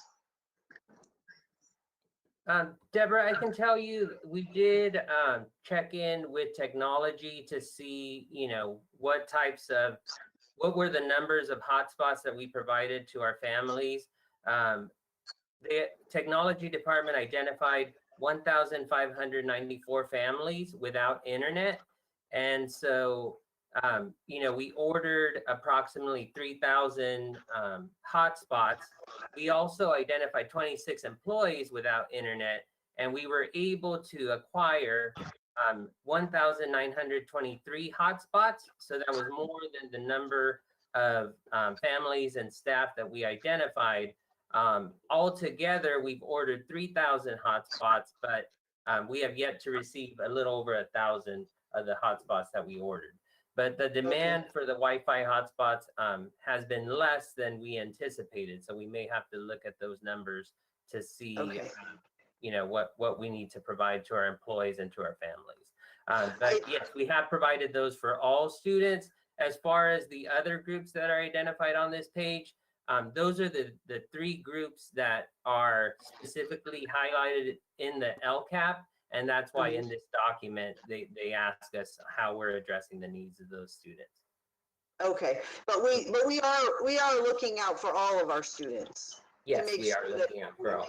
all of our students have capability. Okay, and then in going to the next sections, the next, most of the next sections, like, you know, page 3 and 4, they ask you for a description of what you have done, and the explanations all seem to be written in the future. These are the things that we are going to do. But I know that we have done, you know, a lot of what's on here is what you've done. And I feel like you're not giving yourself enough credit for what you have done in the way that you've written it, especially when the kitchen talks about if there's a problem. We had a problem and they dealt with it. You know, I feel like you can give yourself more credit for what we've been able to do by reporting what we actually did. When there was a water main break, they were able to move stuff around, and we did get food out to students, and we did transport students, and we did transport food so the students weren't hungry. They're asking for your actions, and you've written it in the future tense, so it makes it seem like you'll do that if it's needed, but you've already done it. Give yourself credit for what you've done, because it's been a huge undertaking, and I really feel like our district has served our students well. And I think we deserve to be able to report what we've done and be proud of what we've done. And that's all I had. Thank you. All right, Thank you, Deborah. Any other comments, Valerie? No other comments. Okay, then we'll go to EduClimber software cost analysis and potential savings. Ms. Katoski. Yes, President Nava, members of the board, and Dr. Washer, I have with me tonight Uwe Dahlman, who is our coordinator of the Assessment Research and Evaluation Office. We're here to share with you a product that we are very interested in purchasing because this product includes some of the documents, some of the software that we are currently using, all of our teachers, especially our elementary teachers, meaning Illuminate, but it also brings in other tools that will help our teachers and principals and staff do be more efficient with looking at data, attendance, all types of things, reports in a much more simple and quick opportunity. So you can see here why we have looked at EduClimber, the reasons we think that we would like to go ahead and purchase this, and the reason we're bringing it to you now is because we have an opportunity to the end of June to purchase this at a greatly reduced price for the next 3 years. So we have shared the EduClimber software and its capabilities with all of these different groups, curriculum council, special education, child welfare and attendance, instructional team, administrators, and members of our distance learn task force. At the time, we were hit with the sad news from the governor that there's going to be a reduction in funding, and so there has been some concern that maybe we shouldn't expend these funds for EduClimber. However, as we prepared this report for you tonight, we have done some investigative work and can identify that it is not going to cost the district anymore, and in fact will save the district over pretty close to $150,000. So you can see on this cost comparison what the Illuminate renewal with EduClimber would cost over the 3 years, $919,000. That's a 3-year purchase over those 3 years. And here is what we would be spending if we didn't purchase EduClimber. We would be continuing to expend funds for Illuminate. We would continue to purchase the Inspect Premium item bank, and these extra contracts that we have been purchasing and would continue to purchase, the Aries Analytics, the HMH Analytics, and services from Hanover. We would like to get rid of those services, those extra contracts, because if we could purchase EduClimber, those contracts would be gone. And we then also could use EduClimber for those activities, plus some other activities that special ed has been interested in purchasing it. So there's some of their software would not be purchased, and the same with CWA. So we're coming to you tonight with that process because I know that we're looking at budgets. Oh my goodness, I spelled questions wrong. I'm not even going to show that to you. Sorry. And we wanted to ensure the board, just like the board has been asking us, and to look at all our budgets and streamline our expenditures. We are taking that very seriously, and we don't want the opportunity to slide by for this a purchase, and we don't want our board members to feel that we tried to, I don't know, for want of a better low vernacular word, pull one over on them. So we're putting it out here for you to see and to get your input. And Uwe can answer questions about EduClimber if you have questions about how the software works. But that's where we're at. I guess we're open for questions. Thank you, Lisa. Mr. Porter? Yes, thank you, Mr. Nava. I have a couple questions for Ms. Gutowski, and is it Uwe? Is that correct? Yes, Uwe. Okay. It said that you presented EduClimber to the following groups. Curriculum Council, what was the consensus there?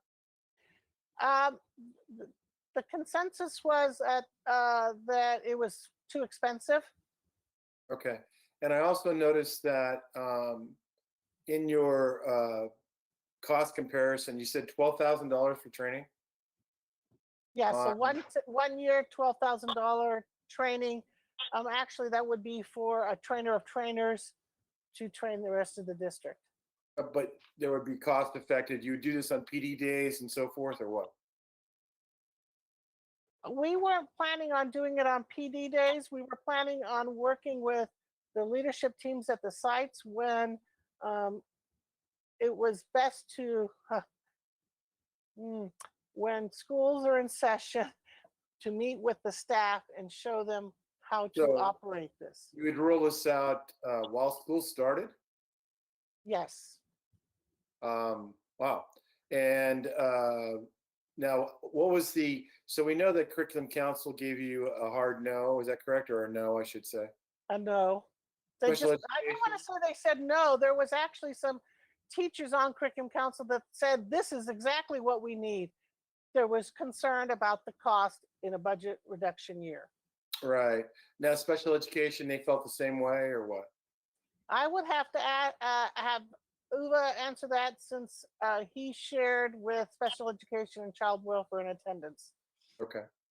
Right. The response was positive for both departments. In fact, what it's doing for child welfare and attendance is they were looking at going with a different system that would allow them to monitor attendance and chronic absenteeism. So they were going to spend extra money, and this particular product does what a lot of things we want to do, plus what they were looking at. So it actually saved them about $16,000. Okay. Now on, I know that training is going to be a lot more than that. And my biggest concern, of course, is why are we purchasing something new when we have something that the teachers are familiar with and comfortable with? And now my next question is, are we repurchasing Illuminate, or are the renewal's not until 2021, is that correct? So we still have one more year of Illuminate, is that right? No, I'm sorry. Yeah, the contract is up this year, so we have a decision to make. Our last day is June 30th, so it would be a renewal for Illuminate, and in this particular case, adding on EduClimber along with it. Now, have we shopped out the renewal cost from Illuminate? Well, what they're doing is you mean shopping out to other vendors that do the same thing? No, I mean that's the price that they gave you, given the current state of finances with all the schools in the nation. Well, what they did was their initial cost was it's a significant increase, unfortunately, in their initial proposal and what they do is they stair step it over 3 years. But given what's happening now, and given the fact that we're looking at consolidating systems, they dramatically reduce their cost, and they're holding to that cost over the 3 years. So the only thing that's different is the first year for those $12,000 fee that we're paying for training. Other than that, they're holding true to the cost for all 3 years. And that would be Illuminate renewal with EduClimber, is that correct? Correct. So we currently have Illuminate with what, Aries and Hanover and HMA Analytics, is that correct? Correct. So we have all these different systems, and we're looking to consolidate. And EduClimber is significantly more versatile and covers a broader area of functionality. What is Hanover used for? They are a research, essentially they provide us information. They provide us research resources. So if I'm a teacher in a classroom, what do I use Hanover for? They could be used for any of the work that we've done with, let's say, Office of Civil Rights, any of the parent surveys that we've done, discipline studies. So those reports are available to principals. Is that correct? I'm sorry, what? Is that where we do our interventions, or does that come off Aries?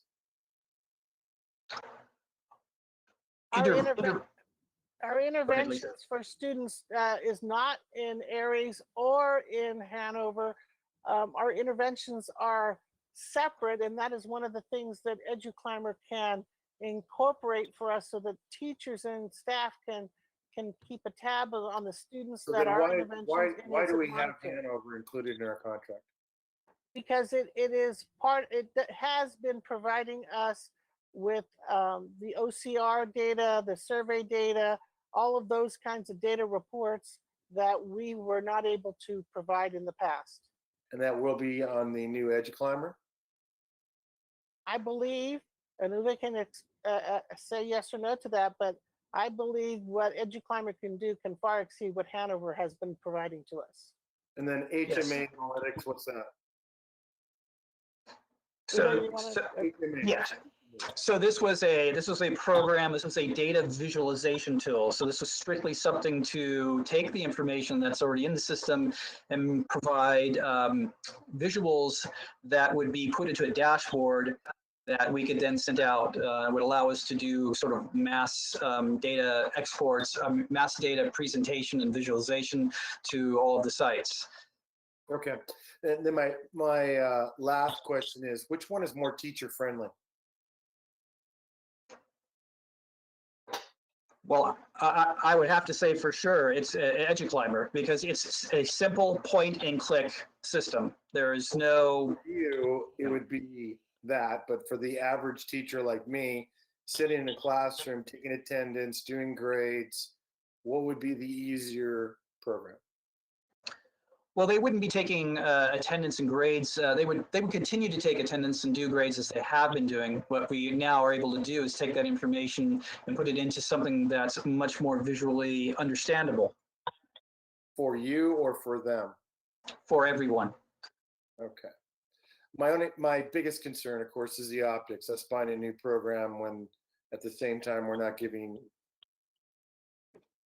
working with any of our employee groups and so forth and so on. So I just thank you for your information. Mr. Nava. Thank you, Mr. Porter. Mr. Freitas? Thank you, President Nava. Mr. Porter asked all of my questions and I agree with his comments. Okay, Mr. Neely? Thank you, Mr. Nava. Uwe, this is a replacement program, right? So we're not just getting a new program, we're replacing a program. Is that correct? Correct, replacing current systems with something more efficient, usually more effective, and at a cost savings. And at a cost savings. So all of that's good. So I would support this, but the problem that I have is the amount. I mean, we're going to be asking teachers to do a whole lot whenever school does start back again, because we're going into a new environment. They've got new things to learn there. And then when we put this on top of that, my question would be, is that too much? Is that too much to expect of them? If we do this program, then I think that this lends even more reason to delay the start of school a little bit for that training. How long do you think it takes someone to be trained on this? Well, the system is new for me as well, so that'd be difficult to say, but I believe the training really will probably start with our department first. And then what we will be doing is we'll have an implementation manager working with us, and we'll be probably rolling this out, not all at one time. We don't want to hit everybody over the head with a completely new system and just show everybody what it does. That doesn't make sense. We want to be very strategic about how we roll this out. And so what we'll probably do is start with the board goals. So what are the board goals? How are we going to achieve those? And then what are the elements in this program that are best suited to having sites and administrators allow those goals to be achievable? And we train on that. So it's very strategic and it's very focused. We don't dump everything on everybody at one time. All right. Thanks for that answer. But if we phase it in like that, then for a while we're going to have two programs. Is that correct? No, we won't. We won't. No. So what do the ones that don't have? So at some point we have a cutoff. And I'm sorry, what was the name of this? EduClimber? Something like Correct. that? Yes. Yeah. So at what point does that become our district software? And at that point, do we lose Illuminate that we're currently using? We would not lose Illuminate. Illuminate would be our vehicle for doing a lot of our getting a lot of our test information into the system. So that's the vehicle that many teachers use when they're testing online, for example. It's the system that will provide reporting on, very fine, detailed information, standard information, that sort of thing. And then that information will connect with EduClimber, and that's where the data will be aggregated, and we can combine things, for example, student performance on assessments, interventions like Read 180, in combinations with things like discipline, positive behavior, chronic absenteeism, all those things. And then we can create, with all that data together, we can create what are called early warning systems, where we say it looks like this percentage of students in this grade level are at risk for falling behind, and sort of, and then monitor those interventions. And so the two systems will work together. All right, now that's great. That was a great explanation. So you're telling me one of the things the board has been concerned about for years and years and years are when we see expulsion packets come across our desk that we look at, and we see kids that have had a long history of falling behind, and we continue to try to push them through, and they get frustrated, and then they start acting out, and the next thing you know, they're recommended for expulsion. Are you telling me this software is going to help us track that early on? Absolutely. And what we can do is not only that, but teachers can select strategies. So if there's strategies that they're doing for intervention, those strategies can be recorded. So it's a specific strategy, a specific teacher is doing at a specific school. They can enter that information and then they can monitor themselves. And obviously the principal can monitor it as well. So, that's just one of the effective measures. The other thing is that we can cut some costs by having things, elements that we normally use paper for instance, reclassification, reclassification monitoring, 504, all those things can now be done electronically because it has a smartphone tool in it as well. So it just makes things a lot more efficient, effective, and easy to collate. That's that's great. You can save us money. You can give us more functionality. You've got my support. Thank you. All right, thank you, Mr. Neely. Mr. Heberly? Thank you, Mr. Nava. I do have a couple of questions. When we get the sales presentation for this product and they gave us a price, did you happen to contact Illuminate and try to let them know what the price is and renegotiate? Absolutely. When I first saw what they were offering, I told them they were out of their minds. Okay, so what you're saying is that you did negotiate and this is their last best. Correct. Okay. Well, there's, the financial part of it is obviously one component of this. But the one that concerns me the most is, I guess, how'd you term it? The human aspect. And it was already alluded to earlier, is that there is an incredible amount of turmoil going on in public education right now with people trying to change the way they do business. There's just so much up in the air, causing a lot of stress and anxiety. And I'm just sitting here picturing our employees going back to work, and the first thing they know that they're going to have to be adjusting to a new system. Now, whether the system has all these bells and whistles and can do all these things, hey, that's great. That's a good system. The problem comes in is when you've got to train these people and fade one system out and bring one system in. I think this is the wrong time to do that. And I think that the true cost of the training, financial true cost, is way underestimated. And the other thing I see is, again, that human aspect. I just see so much turmoil that I think that at this time, I'm definitely not in support of changing the way we do business to save a nickel and cost a dime. Those are my comments. Thank you. Thank you, Mr. Heberly. Ms. McFarland? Thank you, President Nava. Most of my questions that I had were answered. I love what it can do. I think it's an amazing program.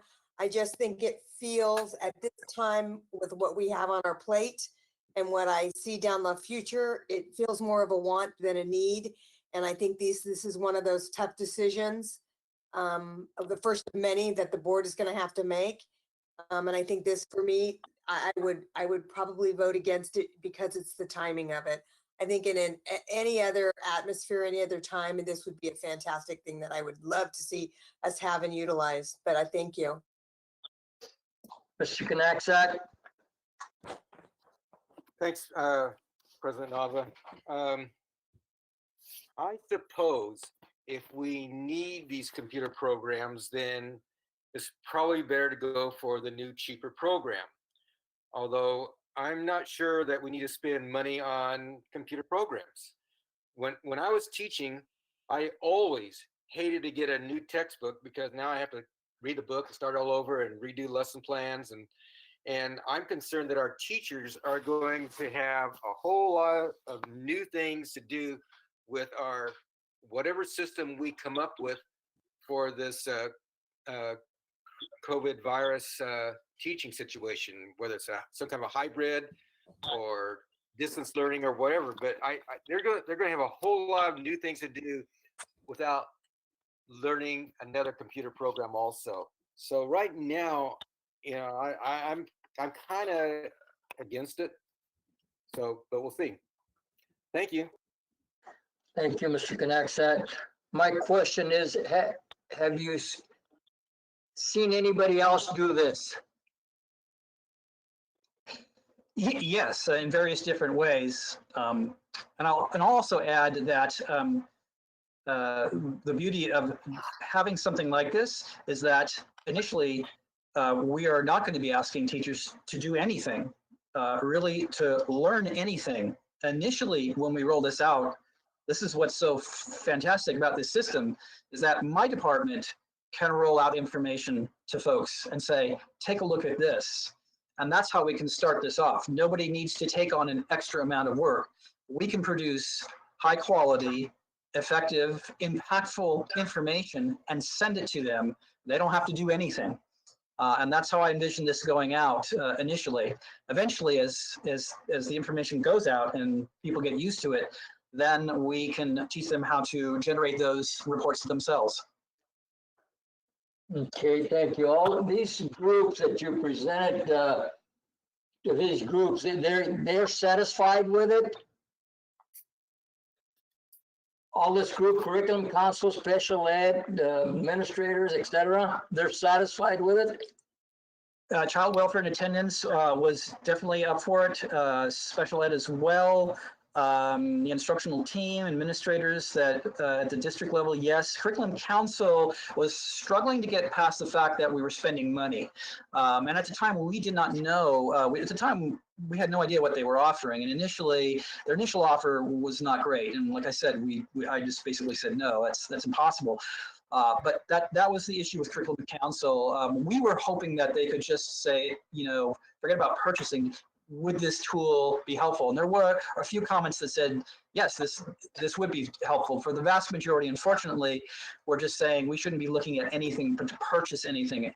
But this was before we realized that we could actually get it at a cost savings.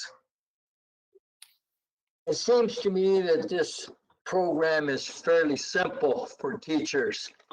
Are you telling me that, sir? Yes, because basically we can initially hand everything to them. We can literally provide them with a location to say, go look here. And they just click and they go look there. We've done this XYZ report for you, Mr. Teacher, Mrs. Teacher, Mr. Principal, Mrs. Principal. We've done these things for you. Take a look. And by generating interest that way, we can begin the process slowly of encouraging folks to start using it on their own a little bit more. I'm satisfied with it. I think it's just, it doesn't matter when you have it. If you're going to do it, you might as well do it now. It doesn't matter to me. I think it's positive things that can happen. Mr. Nada. Nothing. Yes. It's Mr. Porter. Yes, Mr. Porter. I think Uwe, you do a wonderful job, and I can tell by your voice that you have a lot of passion for what you do, and I'm sure that this program that you brought forth has been done with a great deal of thought. I'm looking at this in a practical sense. The average teacher, they're going into this year, some will be on distance learning or remote learning, some will be going in wearing masks, some won't be able to make it in at all and might have to go on disability. We have to do temperature checks, we have to do hand washing, and then we're throwing this at them. And I personally think that, and maybe, of course, Uwe, you see it as something easy to do. I think is another brick to add to the total of anxiety that we're going to have at the start of the year. For them just to start off with what they already know, and we bring this back maybe next year, would be a big plus. I think adding any change right now with all the change that we have to do, starting with our kids and then of course with the teachers, is just too much. And yeah, we might save money, although I think that $12,000 is way too low. But I'm completely apprehensive about adding change to our teachers when they're going to have to deal with so much change on a safety issue, hand washing, temperature taking. Am I going to be susceptible to COVID-19? What's happening with my kids at home? I mean, there's so many things that are going to be weighed on their plate, and adding this onto it just this year, I think it's one of those ones where we pause and bring it back again next year. My thought. Thank you, Mr. Nava. Thank you, Mr. Porter. All right, Valerie, do we have any comments from the public? We have 3 comments. First one Okay. is Michelle Orgon. Okay, Michelle, you're on. Thank you, Mr. President Nava, members of the board. Restraint right now, I'm outraged by this item coming to the board now. I can tell you, when sitting in that curriculum council meeting, the curriculum council members got a brief overview along with a few task force members. At no time did they vote on EduClimber. When they were asked about the price, they were told it was in negotiations. They had no price. The things that they were told were quite disturbing, and I got many messages on that. This is something more that teachers will have to do besides the learning factor. This is identifying students who are maybe lower, needing intervention. Well, Mr. Nava, Mr. Knaxted, Mr. Porter, you know, if I asked you at any one period of your class, who are the students that needed the most help? Who are the ones that needed intervention? Who are the ones that were absent the most? You could tell anybody that information. You had your documents to prove that. We have been looking and talking about people over programs. What my members need is a respect from this board that you are looking at things, yes, financially. I have members that have paid 3 times as much for internet service a month since going distance learning, yet they have not been respected financially for encumbering that. Teachers understand that there are more things to do in these coming months to put this on their plate and say, I get it, maybe ARE, this is doing. You are getting a sale on things that we were talking about. Let's get rid of. If we're going to start trimming our waistline, as you said earlier, Mr. Khan, don't come back. You're always with bad news about the budget. And then we have this. This is, it's just an outrage to think that, one, if this was a serious proposition that needed to be done, that the entire curriculum council was not given all of the facts about EduClimber, what the cost was, what was going to be taken off of a teacher's plate. What we heard was, oh, your administrator will be able to see a list of students after you've input the data on their absences, after you've input the data on their behavior, and then your administrator can come to you and say, hey, Miss Orgon, what are you doing for Jose? Well, this is what I'm doing for Jose. So it's generating a list that I already know and I'm already doing. Now, I can tell you, if we were in a time that we were not looking at, you know, asking people to sign up with the federal government and the state and talk to their legislators about funding education more, with the CARES Act, the HEROES Act, asking people to vote for schools and community first. My members' pocketbooks and they are having to do to stay afloat and have not even been given the cost of living for this year or offered that, is an outrage to think that we're buying another program. It appears that we are still not respecting people and those that affect directly the students. And that's what's so upsetting is I dare say, the curriculum council members would say, just as people seeing a new Read 180 program. Do I like the shiny new thing? Sure, we like shiny new things. But if we're talking budget and we're talking about budget cuts, and yeah, I'm gonna talk right now going back because somehow I didn't get called on the budget adoption. The superintendent started a budget advisory committee. What can we trim? What can we cut back?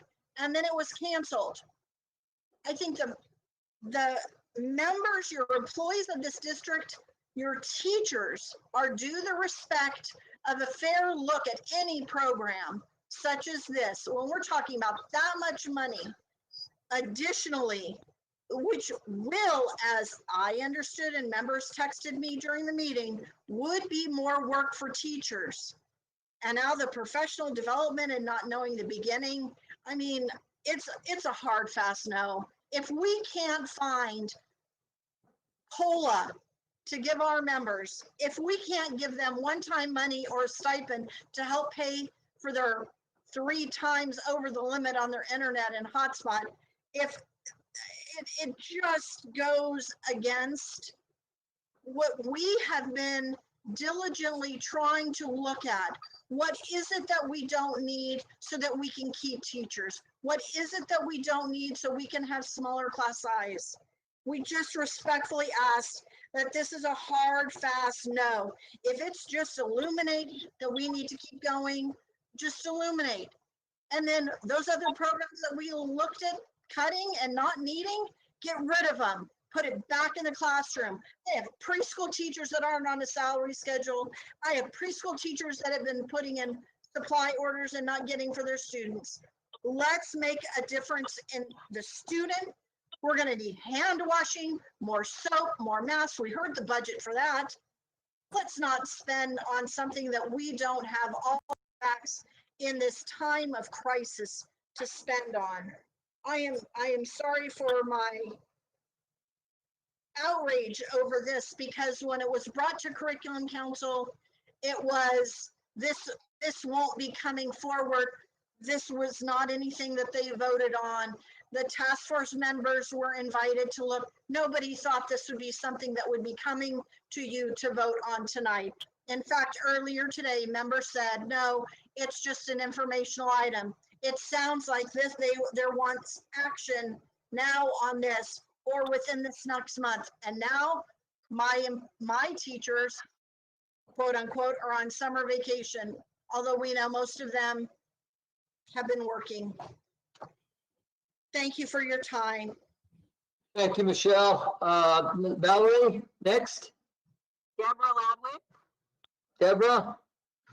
Oh, thank you, President Nava. Again, I put my name on this item because I wasn't sure where the conversation would go. But I really don't think I have anything to add to the conversation. So thank you very much for the opportunity. Thank you, Deborah. Next, Valerie? Lisa Wilkins. Lisa? Can you hear me? Yes, I can. Okay, thank you. Hello, President Nava, members of the board. My name is Lisa Wilkins. I'm a science teacher in this district, and I also happen to be the secretary of the Curriculum Council. And I'm just going to tell you that, one, I like this this format, because instead of me sitting here in the room with you guys at the district office, drinking coffee, which raises my blood pressure, I'm able to sit at home and drink some wine, which lowers my blood pressure, because right now I'm just hopping mad. I feel very disrespected. I think Mrs. Katowski misrepresented the feelings of and the viewpoint of the Curriculum Council. The Curriculum Council felt that we should not be spending any money right now for anything that did not directly impact our students. And right now, looking at the fact that we will be doing distance learning, at least partially, at the beginning of the fall, I do not see us realistically going back with all the hurdles that we would have to have as a district. To spend this money And for us to put more burden on teachers, especially elementary teachers, to track students, which is going to be tough enough when you're doing it in a distance without being in the classroom with them, when you can pick up those nuances, is just not feasible. It's just not doable. As Miss Oregon said, we know which of our students are not engaged. We know as teachers which of the parents we have a problem getting a hold of. We know which students were not showing up to our distance learning lessons. We know all that. We can get that to you. But to sit there and say that all these groups thought it was great is just not true. So I am very upset that it was represented that way. This is not something we need right now. We don't need any more new changes. A lot of us have had a huge learning curve in learning how to use things like Seesaw and Cami and Zoom, et cetera, et cetera, et cetera.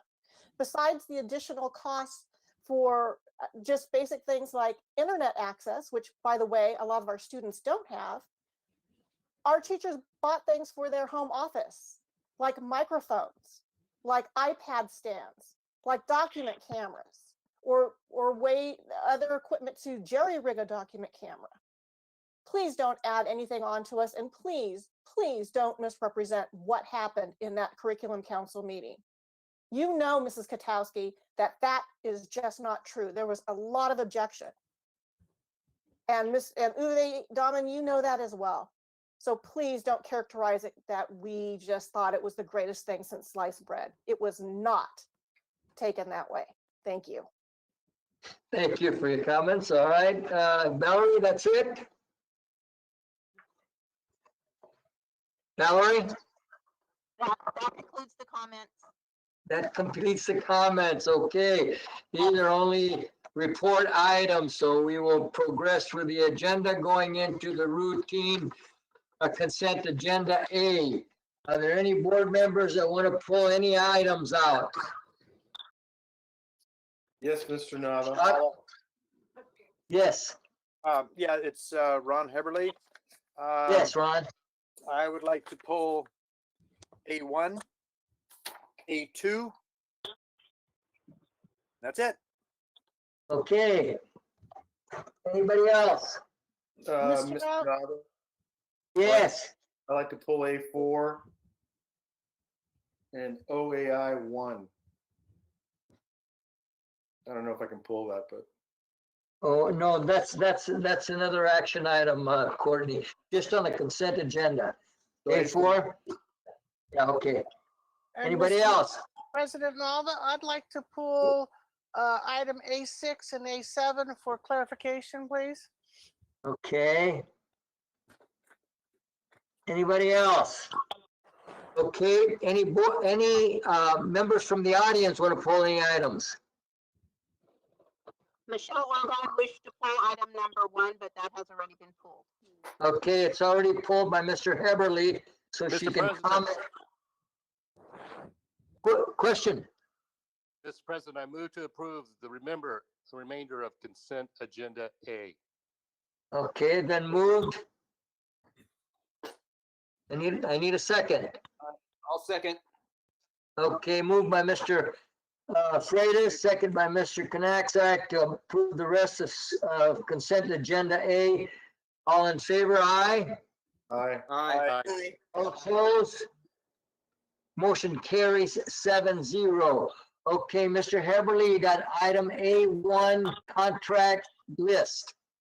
Yes, thank you. For, I guess, a matter of information, I'm looking at, let's say number 3. I'll take that one first because that's the lowest amount and it's probably the easiest. On the animal damage management, I'm guessing is pest control. If not, enlighten me. Yes, sir, it is. I'm Okay. sorry. No, that's good. Pest control, yes. So, and it's not just this item. It's kind of a larger question because really, I mean, if you look at this, the numbers are very small, but the number amount isn't quite the concern. The current concern is we have a current contract, and then stuff is added to it. And I guess what I'm wrestling with is over and over and over again, we have a contract, and you would think that it's pest control for the district. And then all of a sudden it's an additional amount of money. So how does that work? I mean, again, it's not this item specifically, it's more of a larger issue where you have a contract and things get added to it. Why wasn't that in the contract in the first place? So to make it real easy is what's the $10,000 for? And I'm sorry, I have to get back to you on that, Mr. Heberly. I don't know what caused the increase in cost to pest management. I will just generally state these POs are generally estimates based on trend or what was spent in previous years. And, you know, and some years things change. Oh, yes, without a doubt. I'm sure they do. It's just, you know, I guess it's that overall question again, cycling back, is, you know, you kind of have a contract and then all of a sudden they increase. And I guess the number two is kind of the same way, you know, with the environmental services. Now I get it. And environmental services are extremely expensive. I mean, when I worked at the city of Lodi, yeah, stuff comes up. So when you have a original contract of 30,000 and you add 60,000, it's kind of like, holy moly, that's twice the original. And that's the kind of stuff that concerns me is why? How is this continually doubling? Do you have a reason for the 60,000? I don't have the actual backup on all of these contracts, but I can get it for you. But again, these are PO contracts. They're not contracts that are set for a specific job. They're just an annual contract. If we have additional raccoons or skunks or something like that, even I guess to some extent bees, this is the company that has the PO that will respond to M&O's request to come and resolve the issue. Otherwise, we'd have to initiate a brand new contract with them, which may not get the raccoon or the skunk out from wherever they are at the moment. I get it. I think that's a good explanation. It's just a question. It's kind of concerning because it seems to happen a lot, but I think some of that was maybe the understanding of how the PO versus a contract works. So if no one else has any questions on number one, I will motion to approve. I believe Leah had a question first. I have a question. Okay. Let's go with the board first. Mr. Porter, you have a question? Yeah, I'm Windwalker, right? Security Patrol. I believe there's a comm out of place. That's $507,000. Is that correct? That's correct. Yeah. I used, because I've taught for 38 years and I keep bringing that up, but I used to remember that Windwalker was only hired for special events. For example, if Lodi was playing Tokay in football, we'd have Windwalker around during that week in case there was graffiti or something along those lines. Or if we had a big event like graduation coming up, we'd bring Windwalker in at night to do security. I'm confused because I believe it used to be that Alamo, if an alarm went off, would then notify the police or the fire department to come out and take care of any issues. What does Windwalker do that Alamo doesn't do? Windwalker is on site during the time that we hire them to be on site. So the biggest costs for Windwalker by far, and over the last 2 years have been on our measure projects, whereby we've had to take a fire alarm down for 3-4 months. Bear Creek was an extensive project. Lodi Middle took forever as well. And the thing with fire alarm is that we don't need a fire overwatch during a school day when adults are on campus. But once the campus clears at let out and nobody's there anymore, we do have to have somebody patrolling the grounds overnight just in case something catches fire. When did that come into play? Because that hasn't always been true. It's always been true to my knowledge. We cannot leave a building unprotected by some type of fire protection at any time. Specific that if they don't have a fire alarm, we have to have somebody there. Is that correct? As we have to have an adult there, yes, sir. So during the school day, we do have. I understand that. So we're paying $500 to $7,000. Now, what are they also there doing construction sites? Well, I am familiar with this upcharge. This $30,000 is for, and I'm not sure if they're going to spend the whole amount or whether it'll even run over. But some point next summer, we have to take the electricity down for 2 to 3 weeks back in the back portables. Okay. And the fire alarm will necessarily be down because there's no electricity to feed it. So that's what this upcharge is.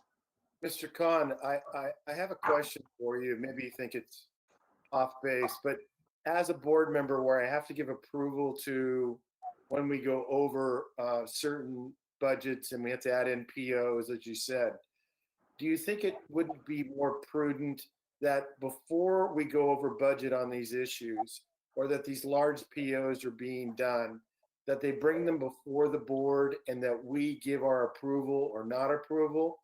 Same thing goes for construction and so forth, where we have these huge amounts. I remember, I think it was about 6 years ago, maybe less, there was a big roof that we had to make a change to. I was sitting in the audience. Mr. Heberly and Mr. Neely go, "Oh, wow, that's a lot of money that we had to pay extra for."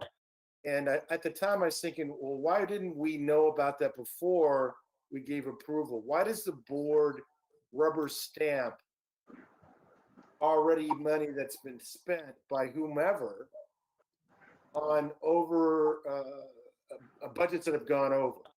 And my big thing is, I would like to see the board more involved in this. So if we had a current budget that was being made or adhered to, but it went over, I would like to know why before I said yes to it, instead of having the money spent and then I have to say yes to it and rubber stamp it. Who is watching the barn doors, what I'm trying to say? And if we're going to have these POs go over, I think the board should know beforehand. Well, I for one am watching it, and I would caution the board. I mean, if it's a pest control thing and everybody can live with the skunk under the portal, well, that's one thing. But $1,000, $3,000. But I've also seen $100,000, $200,000 overages, and the board has not been involved on those. Well, with just, if I may add, I would caution the board from restricting staff's ability to accept POs in the field on construction projects. Well, there's a chain of events that could cost tens, hundreds, even millions of dollars. If for instance, we're having a great deal of trouble at our Westwood site. There are water leaks under that soil. There's at least one sidewalk where underneath the sidewalk, the dirt had washed away. The soils in Stockton, we learned last summer, are incredibly fickle. We spent a whole week on the subgrade and then compacting the grade at Oakwood. and it still would not test, and we had to dig that up and create aggregate base and a fabric type solution that the inspector of record would sign off on. If we were to wait for a board meeting to get those POs approved, the project would delay. The contractor under contract would leave the site and charge delay fees, sometimes upwards of $10,000 a day. In the case of an Oakwood, we would not have been able to deliver the school site on time for start of school, and we just barely made it anyways. So most of the change order. I get what you're saying, and we have insurance wraps and this and that, but when an email or a text or information to the board, so we're not left on the outside, so we see it coming, and if we have to call a special session, we can do it. I struggle with the fact that, who are the inspectors? The inspectors are DSA inspectors. They are licensed by DSA. Are they representing Lodi Unified? They are not. They are representing the Division of State Architecture. Okay, but if we have an overage, who represents us? You? Are you at the site? I'm not at the site all day long, but I visit them quite often, and we have construction management firms that are there all day long. And then the real fiduciary on any construction project is the board's architect. Now, the construction management firms, who are those? Are they part of the construction team? They're part of Lodi Unified School District's construction team. We use CPM, and we also use Roblins. But we don't have anybody from our own F&P going and visiting the sites. Oh, absolutely. We absolutely do. Yes, sir. We have an internal project manager as well. I'm still of the mind that we need to be more aware of these overages. I'll leave it at that. Thank you for your time, Mr. Khan. Thank you. All right, we have somebody from the audience want to speak on R1, A1, please. We have Michelle Oregon. Michelle, you're on. Thank you. Mr. Porter has asked some of the questions that we would ask. It sounds to me that we don't know that they're going over. We don't know that they're going to be running over until afterwards. It sounds like somebody could just put in, okay, this is going to be over our contract amount. Some of these, number 2, the environmental service from 30,000, doubling that amount in amendments, for what? And then number 4 has to do with a well, I think it was number 4, with domestic well testing. Which well are we testing right now? Is it Independence Henderson site? Is this a new or Joe Cerna Houston site? Why are we having to do another well testing? Has something happened? Mr. Nava, may I respond? Yes, sir. Mr. Khan, you may. So the statement that we don't know they're going to change is absolutely correct. In the case of construction, the bulk of the change orders that you experience are either one of two things: unforeseen soil conditions or an inspector of record who demands that it be done a certain way. The byproduct of which is if we don't do it, then DSA will not sign off on our inhabiting the building that we're building. Also another big source of change orders are the board increasing project scope, which I believe we're doing on Lodi High, Tokay High, and Needham.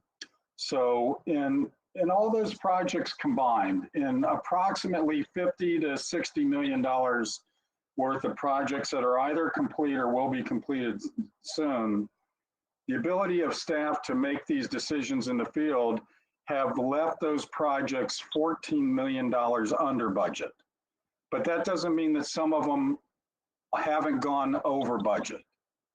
But us managing these circumstances as they arise It is a well thought out, well discussed, sometimes a little caustic in terms of creating a meeting of the minds. But I do believe the fact that we're $14 million under budget on Measure U programs indicates that we are taking a very deliberate approach. Certainly we can advise or keep a running list of the change orders that we're tracking. Not all of them result in an actual change or a cost. Some do, some actually result in deductive changes. So at the end of a project, sometimes you'll see a proposed change order in the amount of $160,000. I think that was on the Beckman project. And what that meant was that we didn't spend the full budget and the contract had to be amended down. To move on to the FGL, for those who are interested, that stands for Fruit Growers Lab. They do the bulk of anything organic testing in our area. Michelle asked if this was the Henderson Lab. I think we are close to divorcing ourselves from having to manage that well as, I said Henderson Lab, I meant Henderson Well. As the board knows, the board engaged in, I think, a very successful project with San Joaquin County, City of Lodi, and LAFCO, hooking that site up to domestic water. And that site is now feeding all of the domestic water sources with City of Lodi water. So do we need the well? No, but we are attempting to get ourselves off of the tracking and the testing for that well. But we still have Live Oak, we still have Victor, we still have Houston, we still have Turner Road Academy, we still have Tokay Colony, or Turner Academy at Tokay Colony. Dorothy Mahan is on well too, even though we're renting that from county. I believe they take care of the water there. Gosh, I'm sure I haven't counted all of our wells, but each of those, yes, must be consistently tested for potability. Okay, so I'm sorry to interrupt.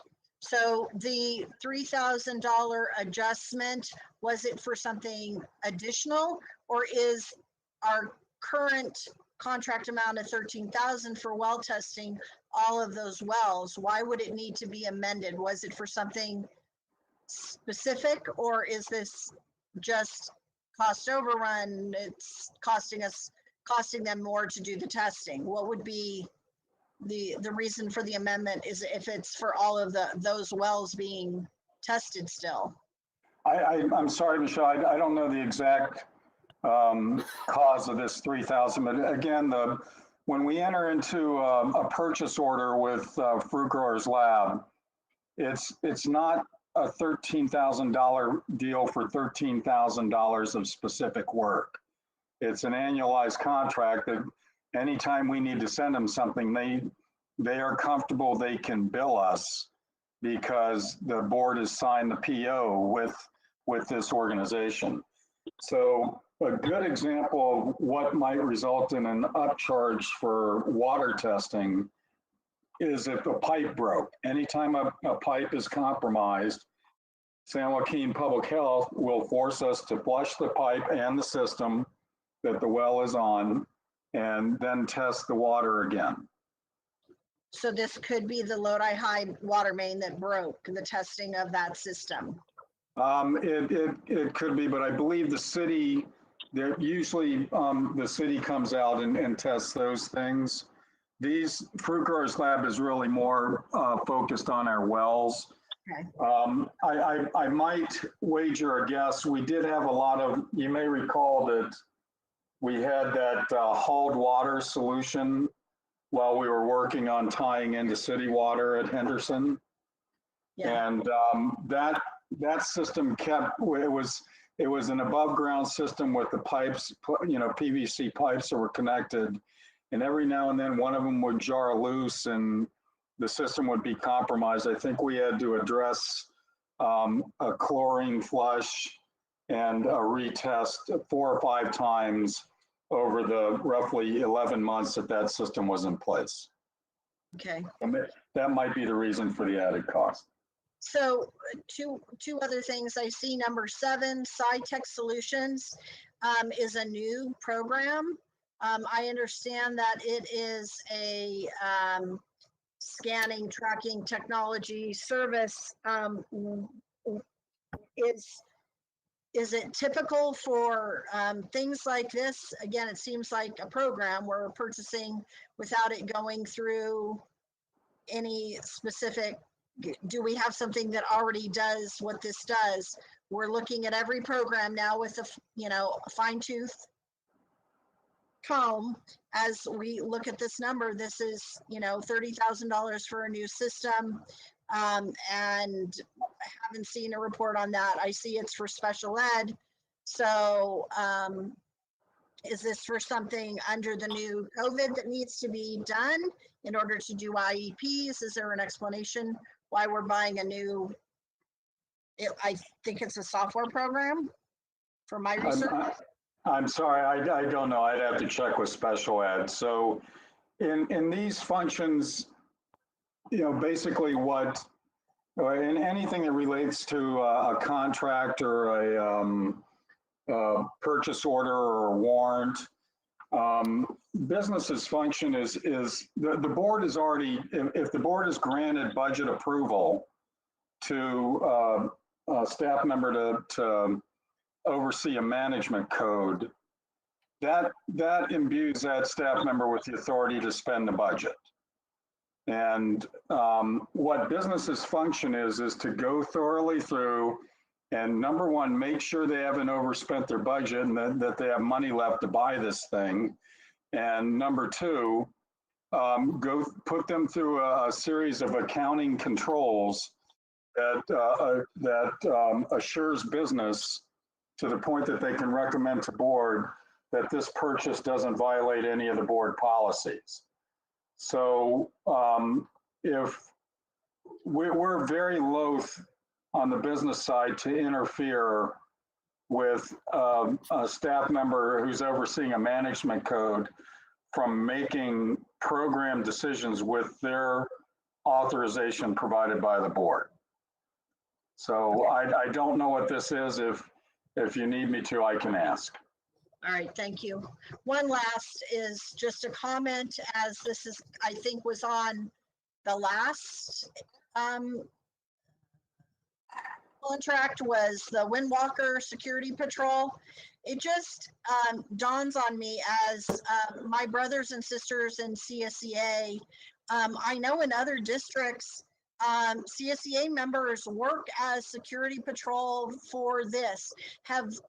And it was my understanding years ago, and maybe it was many, many years ago, I didn't think it was that long, that Alamo, as part of our contract, was the security force that came out and did that, as they came out to Nita many times when, our breaker was down or electricity was off, and they would be walking around the campus. It would be Alamo years ago.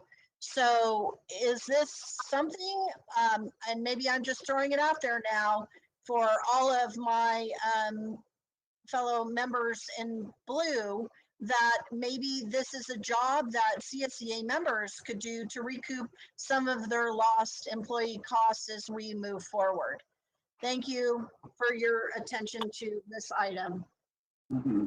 Thank you, Michelle. All right, Mr. Heberly, you have this on the books. Mr. Heberly? Yep. Motion to approve.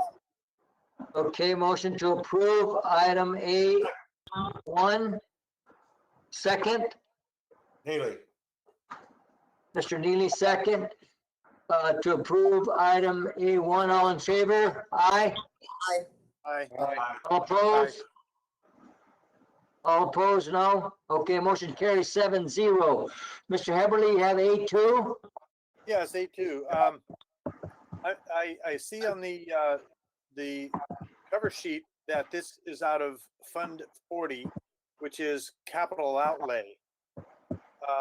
Why is that not food service or what, the cafeteria fund 13? Food service is restricted from spending its money. All of food services money in one way or the other is in essence federal money. So it's the most intensive compliance regime of money that we receive or that the board receives annually. Food service or Fund 13 revenue cannot be spent on capital construction projects. To some extent, let's say a food service program needs to buy a new freezer or a new stove, and the old one gets pulled out, and there needs to be some type of floor renovation only under the stove. Food service money can't actually pay for that floor renovation. But if we need to alter a wall or the entire floor of the kitchen, that must be some type of capital facility that funds that. Now, that said, once the improvements, the physical improvements are made, the food service budget can actually pay for the appliances and the equipment that does get installed. Okay, and that is part of my question, because a lot of times we would do projects like these because we have renovated and spruced up and modernized several of our cafeterias and kitchens over the years. And a lot of times it would be Fund 40 and Fund 13. And that's why I was kind of curious what made this one different, but you explained it, so thank you. Okay, thank you, Mr. Heberly. You're on A2. Yeah, I thought I heard somebody else wanted to pull A2. I pulled A2. Oh, okay. Okay, Ms. Porter. At a time when we're looking at budget cutting, why are we building a new kitchen? I don't know if all recall the very long and meeting after meeting discussion of the Cerna move to the Campo Road site. Right. I remember. This was one of the items that the board, in essence, promised the community. So that's why we proceeded with it. Okay, well, things have changed. Do we send? Just help me with this, and maybe I'm of the mind that we do provide food to schools through our centralized kitchen. Is that correct? That's correct. And why can't we do that here?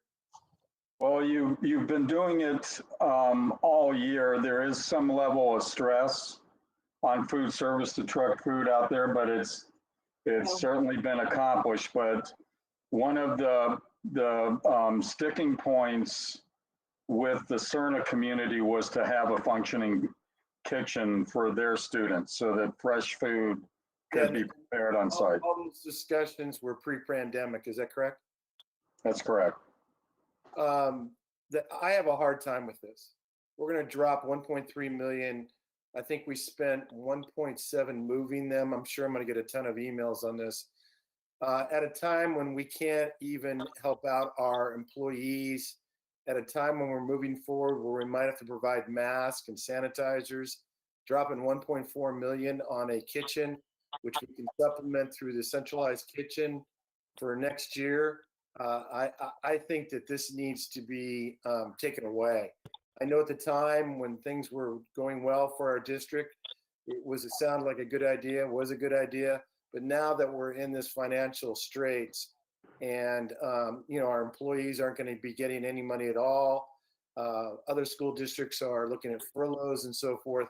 For us to be building a new kitchen, which could be supplemented from our central kitchen for, what is it, 120 students total? Is that correct? It's close to 500 now with both campuses there. with both campuses. So we have 500 students. Are we providing lunches to other campuses that have 500 students? We have working kitchens at sites that large generally. Yes, sir. Generally.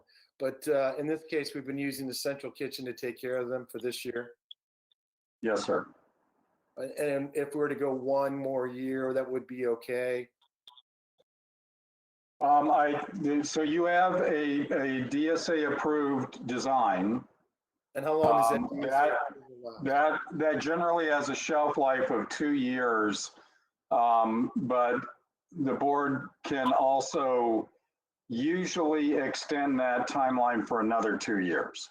This is something we can put on the shelf and then come back to it when maybe the finances are a little bit better. I think the board has the money to complete this, but if the question is, can we delay this without a total and complete redesign? The answer would be yes.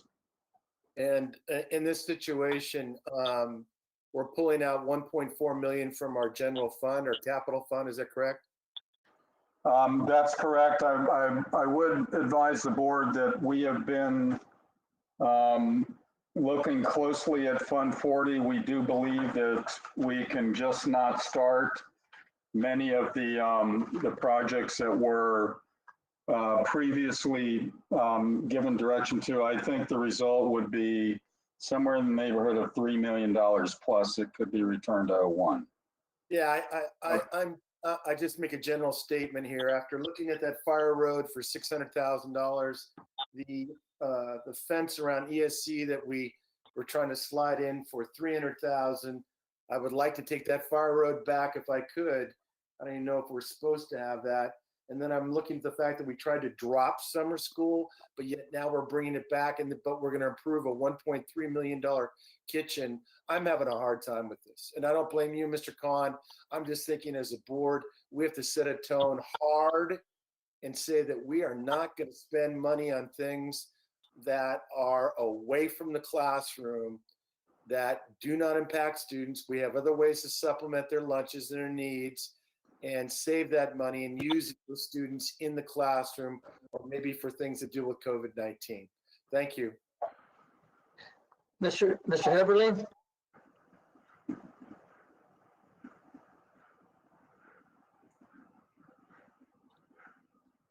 Mr. Heberlin? Yes, sorry about that. My finger hit the wrong button. Okay. I don't know if there's any other comments. I'm done. I have no other comments, so I'm waiting on a motion on this. Mr. Nava, Mr. Neely. Yeah, Mr. Neely. I think Mr. Porter brings up a good point there. So I'm going to make a motion that we shelve this item for right now, do a little more investigation on the impact of it, and bring it back as a separate action item.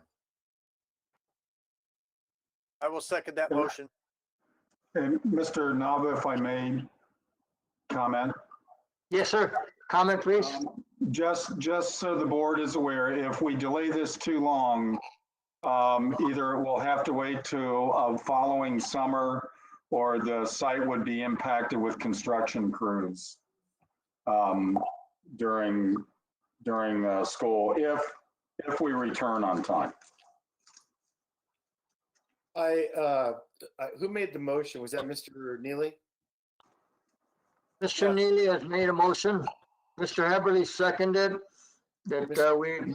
How long would you like to shelve the topic for? I'm sorry. One more thing, Mr. Khan. What is too long? What do you? Well, I don't think the board is really faced with too long. Again, that's generally an architectural design that's been DSA approved as a 2-year shelf life. It is not uncommon for DSA to grant a 2-year extension, although if there are any code changes that occur in that timeline, they would have to be redesigned, so your cost of design would go up. But the board literally could wait probably for upwards of 3 years, maybe incur added costs when they do it, but Just in terms of the school year here, how long? I think the renovation would take a full summer break, a full 2 months to complete. So you're telling us if we don't approve it tonight, it'll have to wait? Well, you know, your guess is as good as mine. If something happens to delay schools, we're marching right along on all the measure projects, and it's barely June, and we're done with Heritage, and most of the other sites are where they would be sometime in July. So if somehow there's a negative on COVID, it might buy the board more time to actually make this project go forward as well. Okay. One quick question, and I'm sorry to interrupt you, Mr. Neely. Did Cerna have a kitchen in their old site? Maybe in semantic terms, but in essence, not really. So if they didn't have a kitchen, they're used to it. Is that correct? I'll say that they didn't really have a warmers. Mr. Porter, members of the board, this is Kathy. They did have a kitchen that they used for various functions, parent nights, student activities, cooking clubs, the tamale nights, those kinds of things that they did do in their old site. Okay. We have a motion on the table, so we need to follow.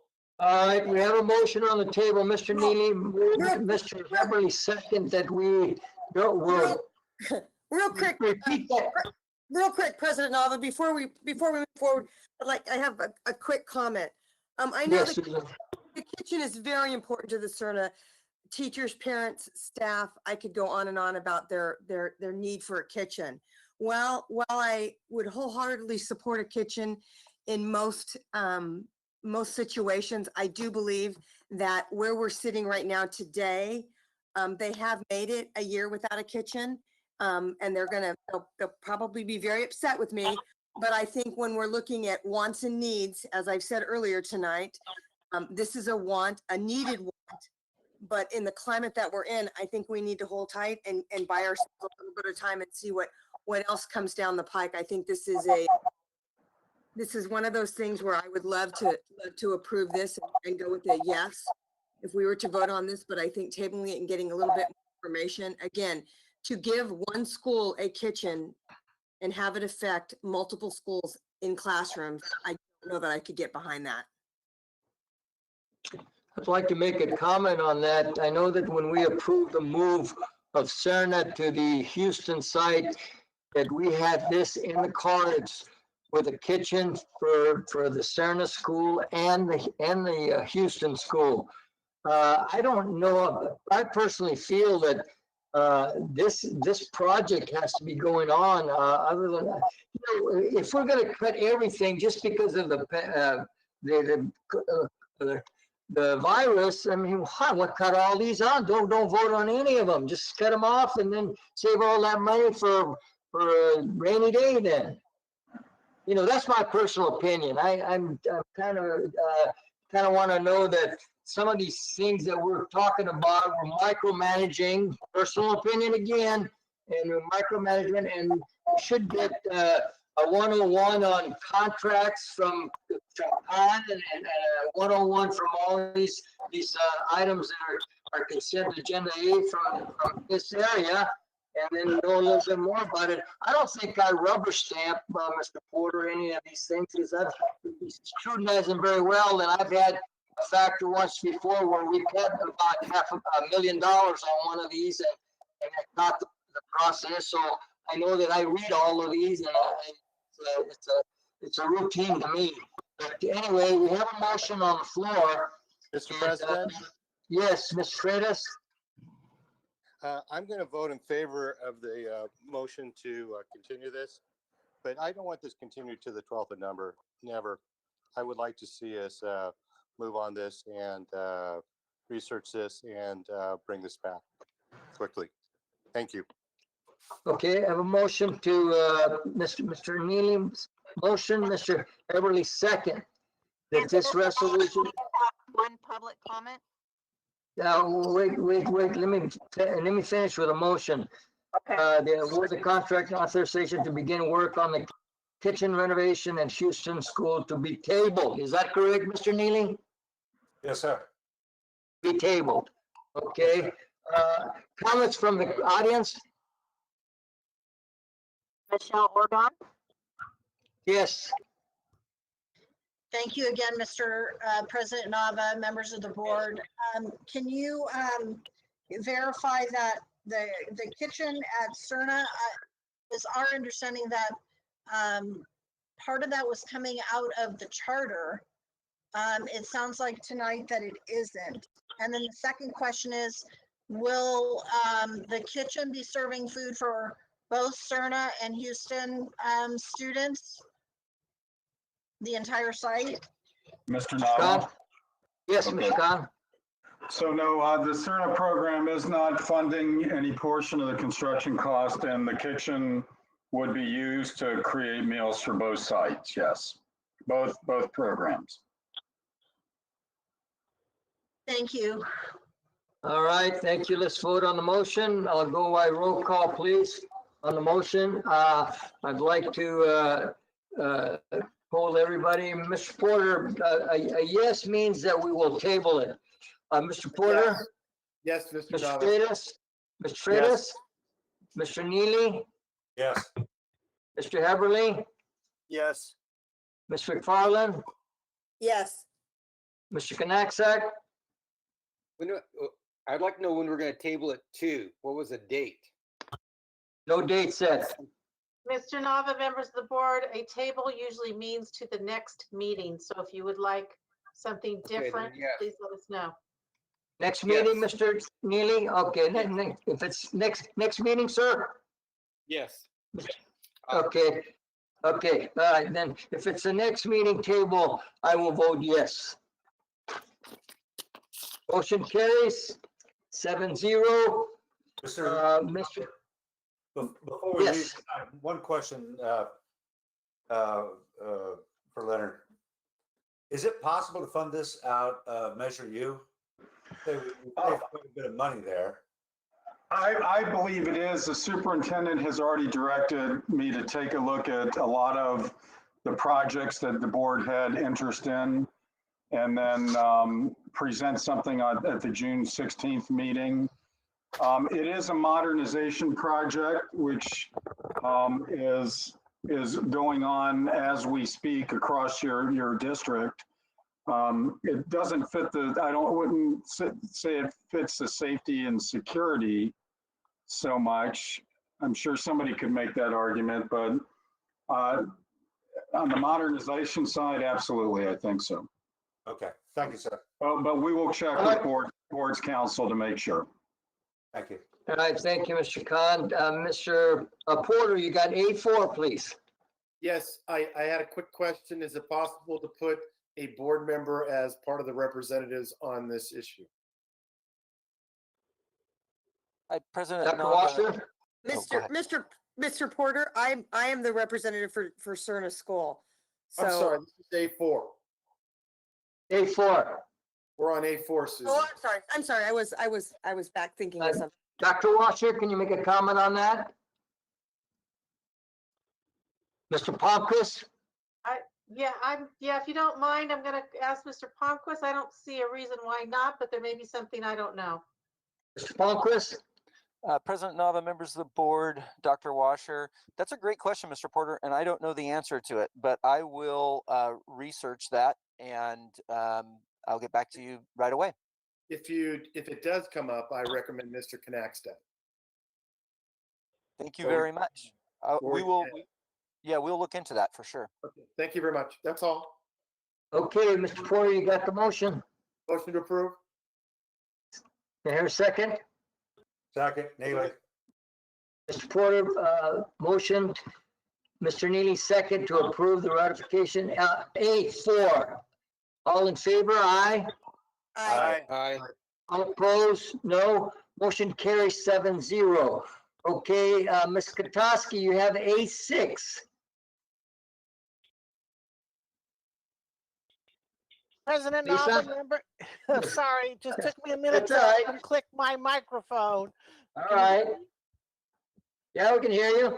Okay, President Nava, members of the board, and Dr. Washer, I pulled this because I failed to include with the course of studies for both of these, but I'll just talk about A6, that there were some changes that needed to be made to the course of study as it was written. And we have been working with technology to make sure that both of these courses of study will be successful in the classroom for the students, and the best tools that will make that happen needed to be addressed in that agreement with technology in the course of study.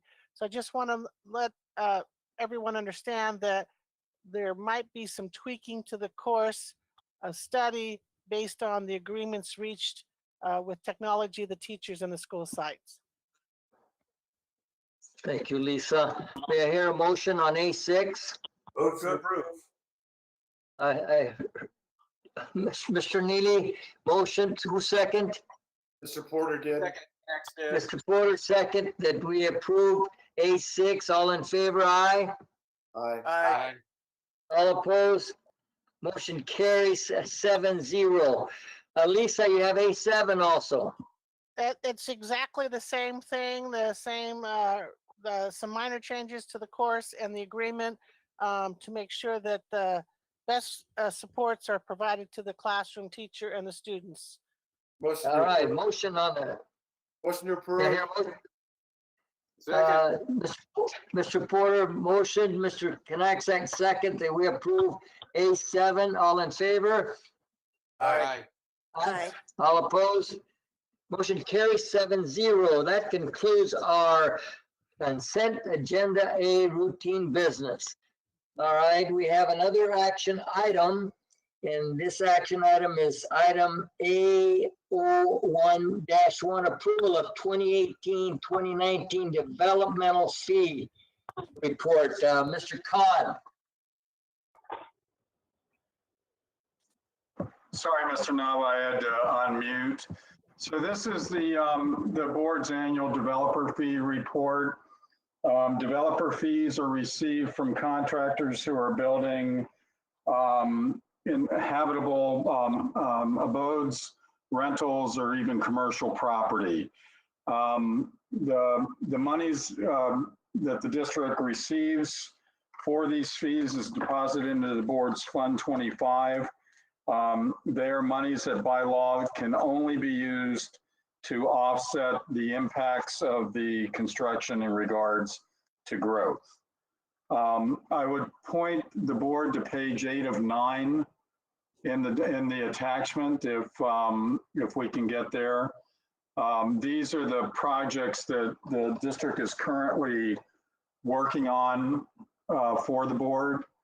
They are moving 2 portables to Live Oak. The board may recall fears of families, especially in the migrant family, due to the apartment buildings nearby that in the housing just south or just southwest of Costco might somehow impact the migrant community in terms of seats not being available when they return to school.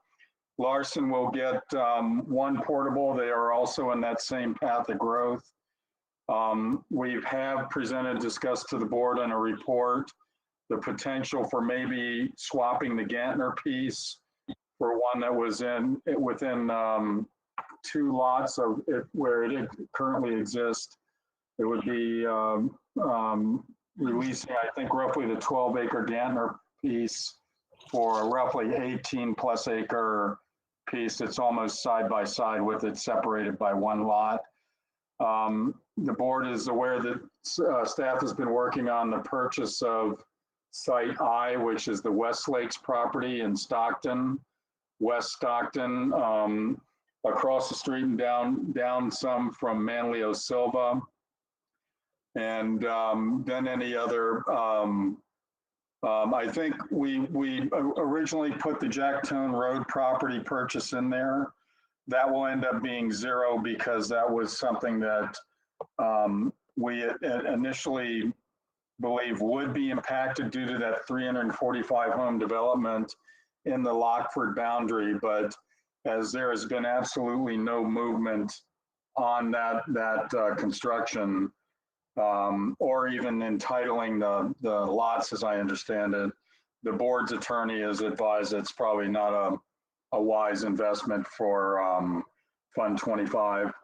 The board may recall that purchase has actually taken place, and it still has budget in Fund 40 as well. But I'd be happy to answer any questions. Any questions from the board? Yes, Mr. Khan, I have one question. Just a quick one. At any point, if these fees that we've encumbered, do we lose these fees back to the developers, or do we have them for entirety? It's not an automatic loss, but the contractors can come, or the developers can come to the board and petition for return of the money if it's not spent. Is there a timeline on that?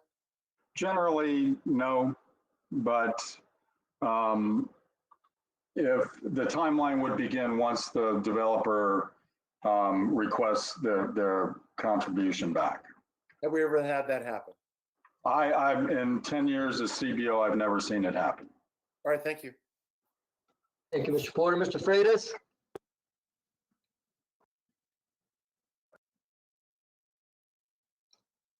So we are not changing the developer fees, and the developer fees are remaining the same. Is that correct, Mr. Khan? I believe we changed if I'm not mistaken, I'm sorry, my memory's a little foggy, but didn't we adopt new developer fees 2 years ago? I think so, yeah. Yes, I'll check on that. That's my recollection, and yes, We are not changing them here tonight. No, sir. Okay, and with that, I would move to approve, Mr. President. let me give a chance for other people to comment. Mr. Neely, you have any comments? No, sir, I'm fine. Thank you. Mr. Heberly? No questions or comments. Ms. McFarland? No questions or comments. Mr. Knaxak? I'll second. Okay, I have no problem. Been motion made by Mr. Knaxak. We have a comment from the public. I'm sorry. I am so sorry. Who's got the public comment? That would be Michelle Orgon. All right, Michelle, you're on. Thank you, President Nava. Our questions have been answered. Okay, thank you. All in favor of this action to approve the 2018-2019 development fee? Aye. Aye. Aye. Opposed, no.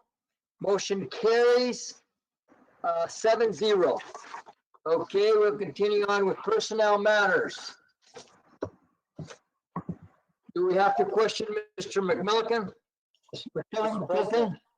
Yes. I move to approve personnel matters. Second. Neely.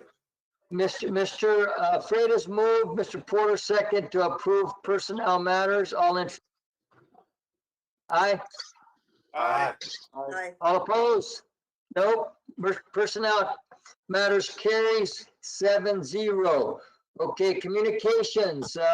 We have comments from employee group representatives. Any comments? We have Deborah Ladwig. Deborah, you're on. Good evening again. Thank you so much. Just wanted you to know I was still here at the end. I do have a couple of questions, things that came up during the evening. There was a mention, I believe that it was Michelle Orgon, who mentioned that there was a superintendent's budget advisory committee that had been pulled together, and then the meeting was postponed. And I was just wondering if all groups were going to be invited to that. To my knowledge, CSEA had not been invited. So we would welcome an opportunity to work with the district to look at ways that we could possibly spend our money more prudently to serve the students of our district. And then during the contracts discussion, there was some discussion about the windwalker security, and when you have the fire alarms turned off or the electricity is cut for the burglar alarm, those types of things where you have to have an actual person looking out for trouble that might arise on a site when no one else is there. And it has been my experience in other districts that that work generally is offered to the classified school employees on a rotating type of overtime, and that there would be a significant cost savings because generally we are much less expensive than an outside contractor. So I would just suggest that as one of the things we could look at to perhaps save some money. Other than that, I just want to thank you all for your diligence and your attentions to detail.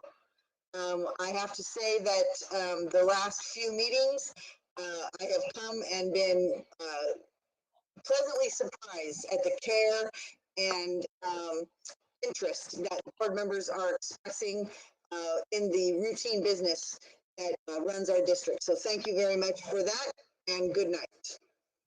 Thank you, Deborah. Any other comments from employee representatives? Michelle Orgon. Michelle, you're on. Good evening, President Nava and members of the board. Thank you for allowing our association to ask questions and interject. And I'd like to read something tonight, as Dr. Washer did allude to in her letter, and as an association with many members. LEA is about 1,500 members out of CTA that encompasses 310,000 educators across California. Today, we do believe that we have an obligation to act, so I'd like to read you a statement. This is not the time for us to look away. We must grapple with the fact that our schools, our practices, our policies, and even our own union are sometimes shaped by inequities, biases, and institutional racism. Our Black students and educators experience schools, the police, in this pandemic very differently than us white educators and our white students. Saying Black Lives Matter isn't enough.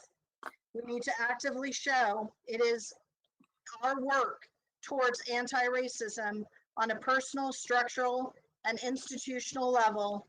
And I say in a district level also. I was glad to hear Dr. Washer speak of that. We are both grieving and outraged as our students see what happened via video, and our teachers see what happened via video, the horrible act that was committed. But together, we must continue to call for justice, to hold powerful people and organizations and each other accountable for what we are to do in order to work toward anti-racism every day. And as we have seen throughout social media in our local area, we have much work to do, and we are ready to roll up our sleeves and help in that effort. We thank you tonight for the opportunity to speak on many different items. We look towards working towards a start of the school year that encompasses learning and lessons and education for our members to then deliver to our students with social emotional learning, but also anti-racism. So we look forward to working together on that and working together towards a plan for the start of next school year. Thank you for your time tonight and attention. And thank you, board members, for your hard work and hard questions as we look at this unprecedented time that we are faced right now. Thank you for attending to those questions and helping us with making good decisions as to what's best for our students, best for our employees of this district. Thank you. Good night. Thank you, Michelle. Good night. Dr. Washer, you have any comments? Yes, Mr. Nava, members of the board, as it was mentioned a couple times, I would like to clarify. The district is putting together a budget advisory committee similar to what we've had in the past when we experienced situations of needing budget reductions. The reason why that we held off for a little bit is because we wanted to bring it to board in case the board president wanted to appoint board members or have a discussion about it. Yes, employee groups will be able to have a representative on the committee. So that is the reason why that we held off just a little bit so that we could take it to you before we get started. Dr. Washer, when do you need an answer on members of the board? We will bring it at the next board meeting. Very good. Thank you very much. Okay, board advisory committee reports. Anybody have an advisory committee report? Mr. Nava, this is Mr. Neely. Yes, Mr. Neely. I don't have an advisory report, but for our board advisory legislative committee, I'd like to, we need to get a meeting going on that just as soon as possible. So I will be contacting, I believe it's Mr. Freitas and Mr. Heberly still.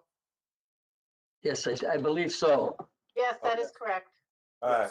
And we're going to try to have a meeting this week and I'll get a hold of you on the time on that. Thank you.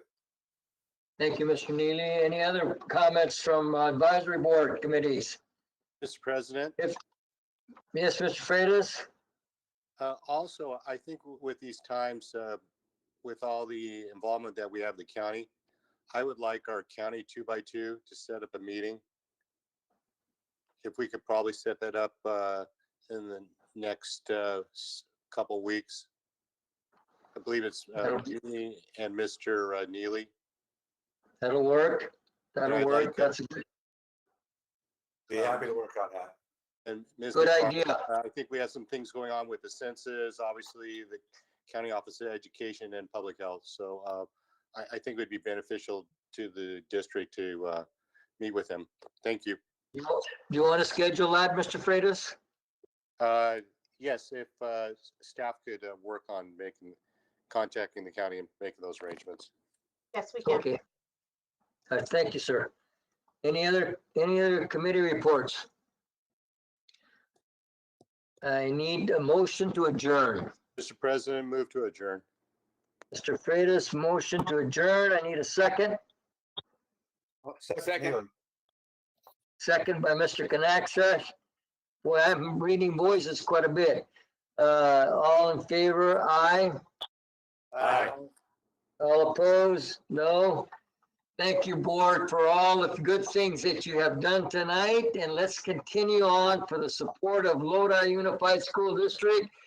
Be careful out there, and hopefully all these next week will be better than the past week in all aspects of racial equality and all the things that we care for our kids. Hopefully that we will have a start of school and we will have some plan ready to go. And I know this board will be proactive in doing that. Thank you very much. Thank you very much, and good night. Good night, everyone. Good night.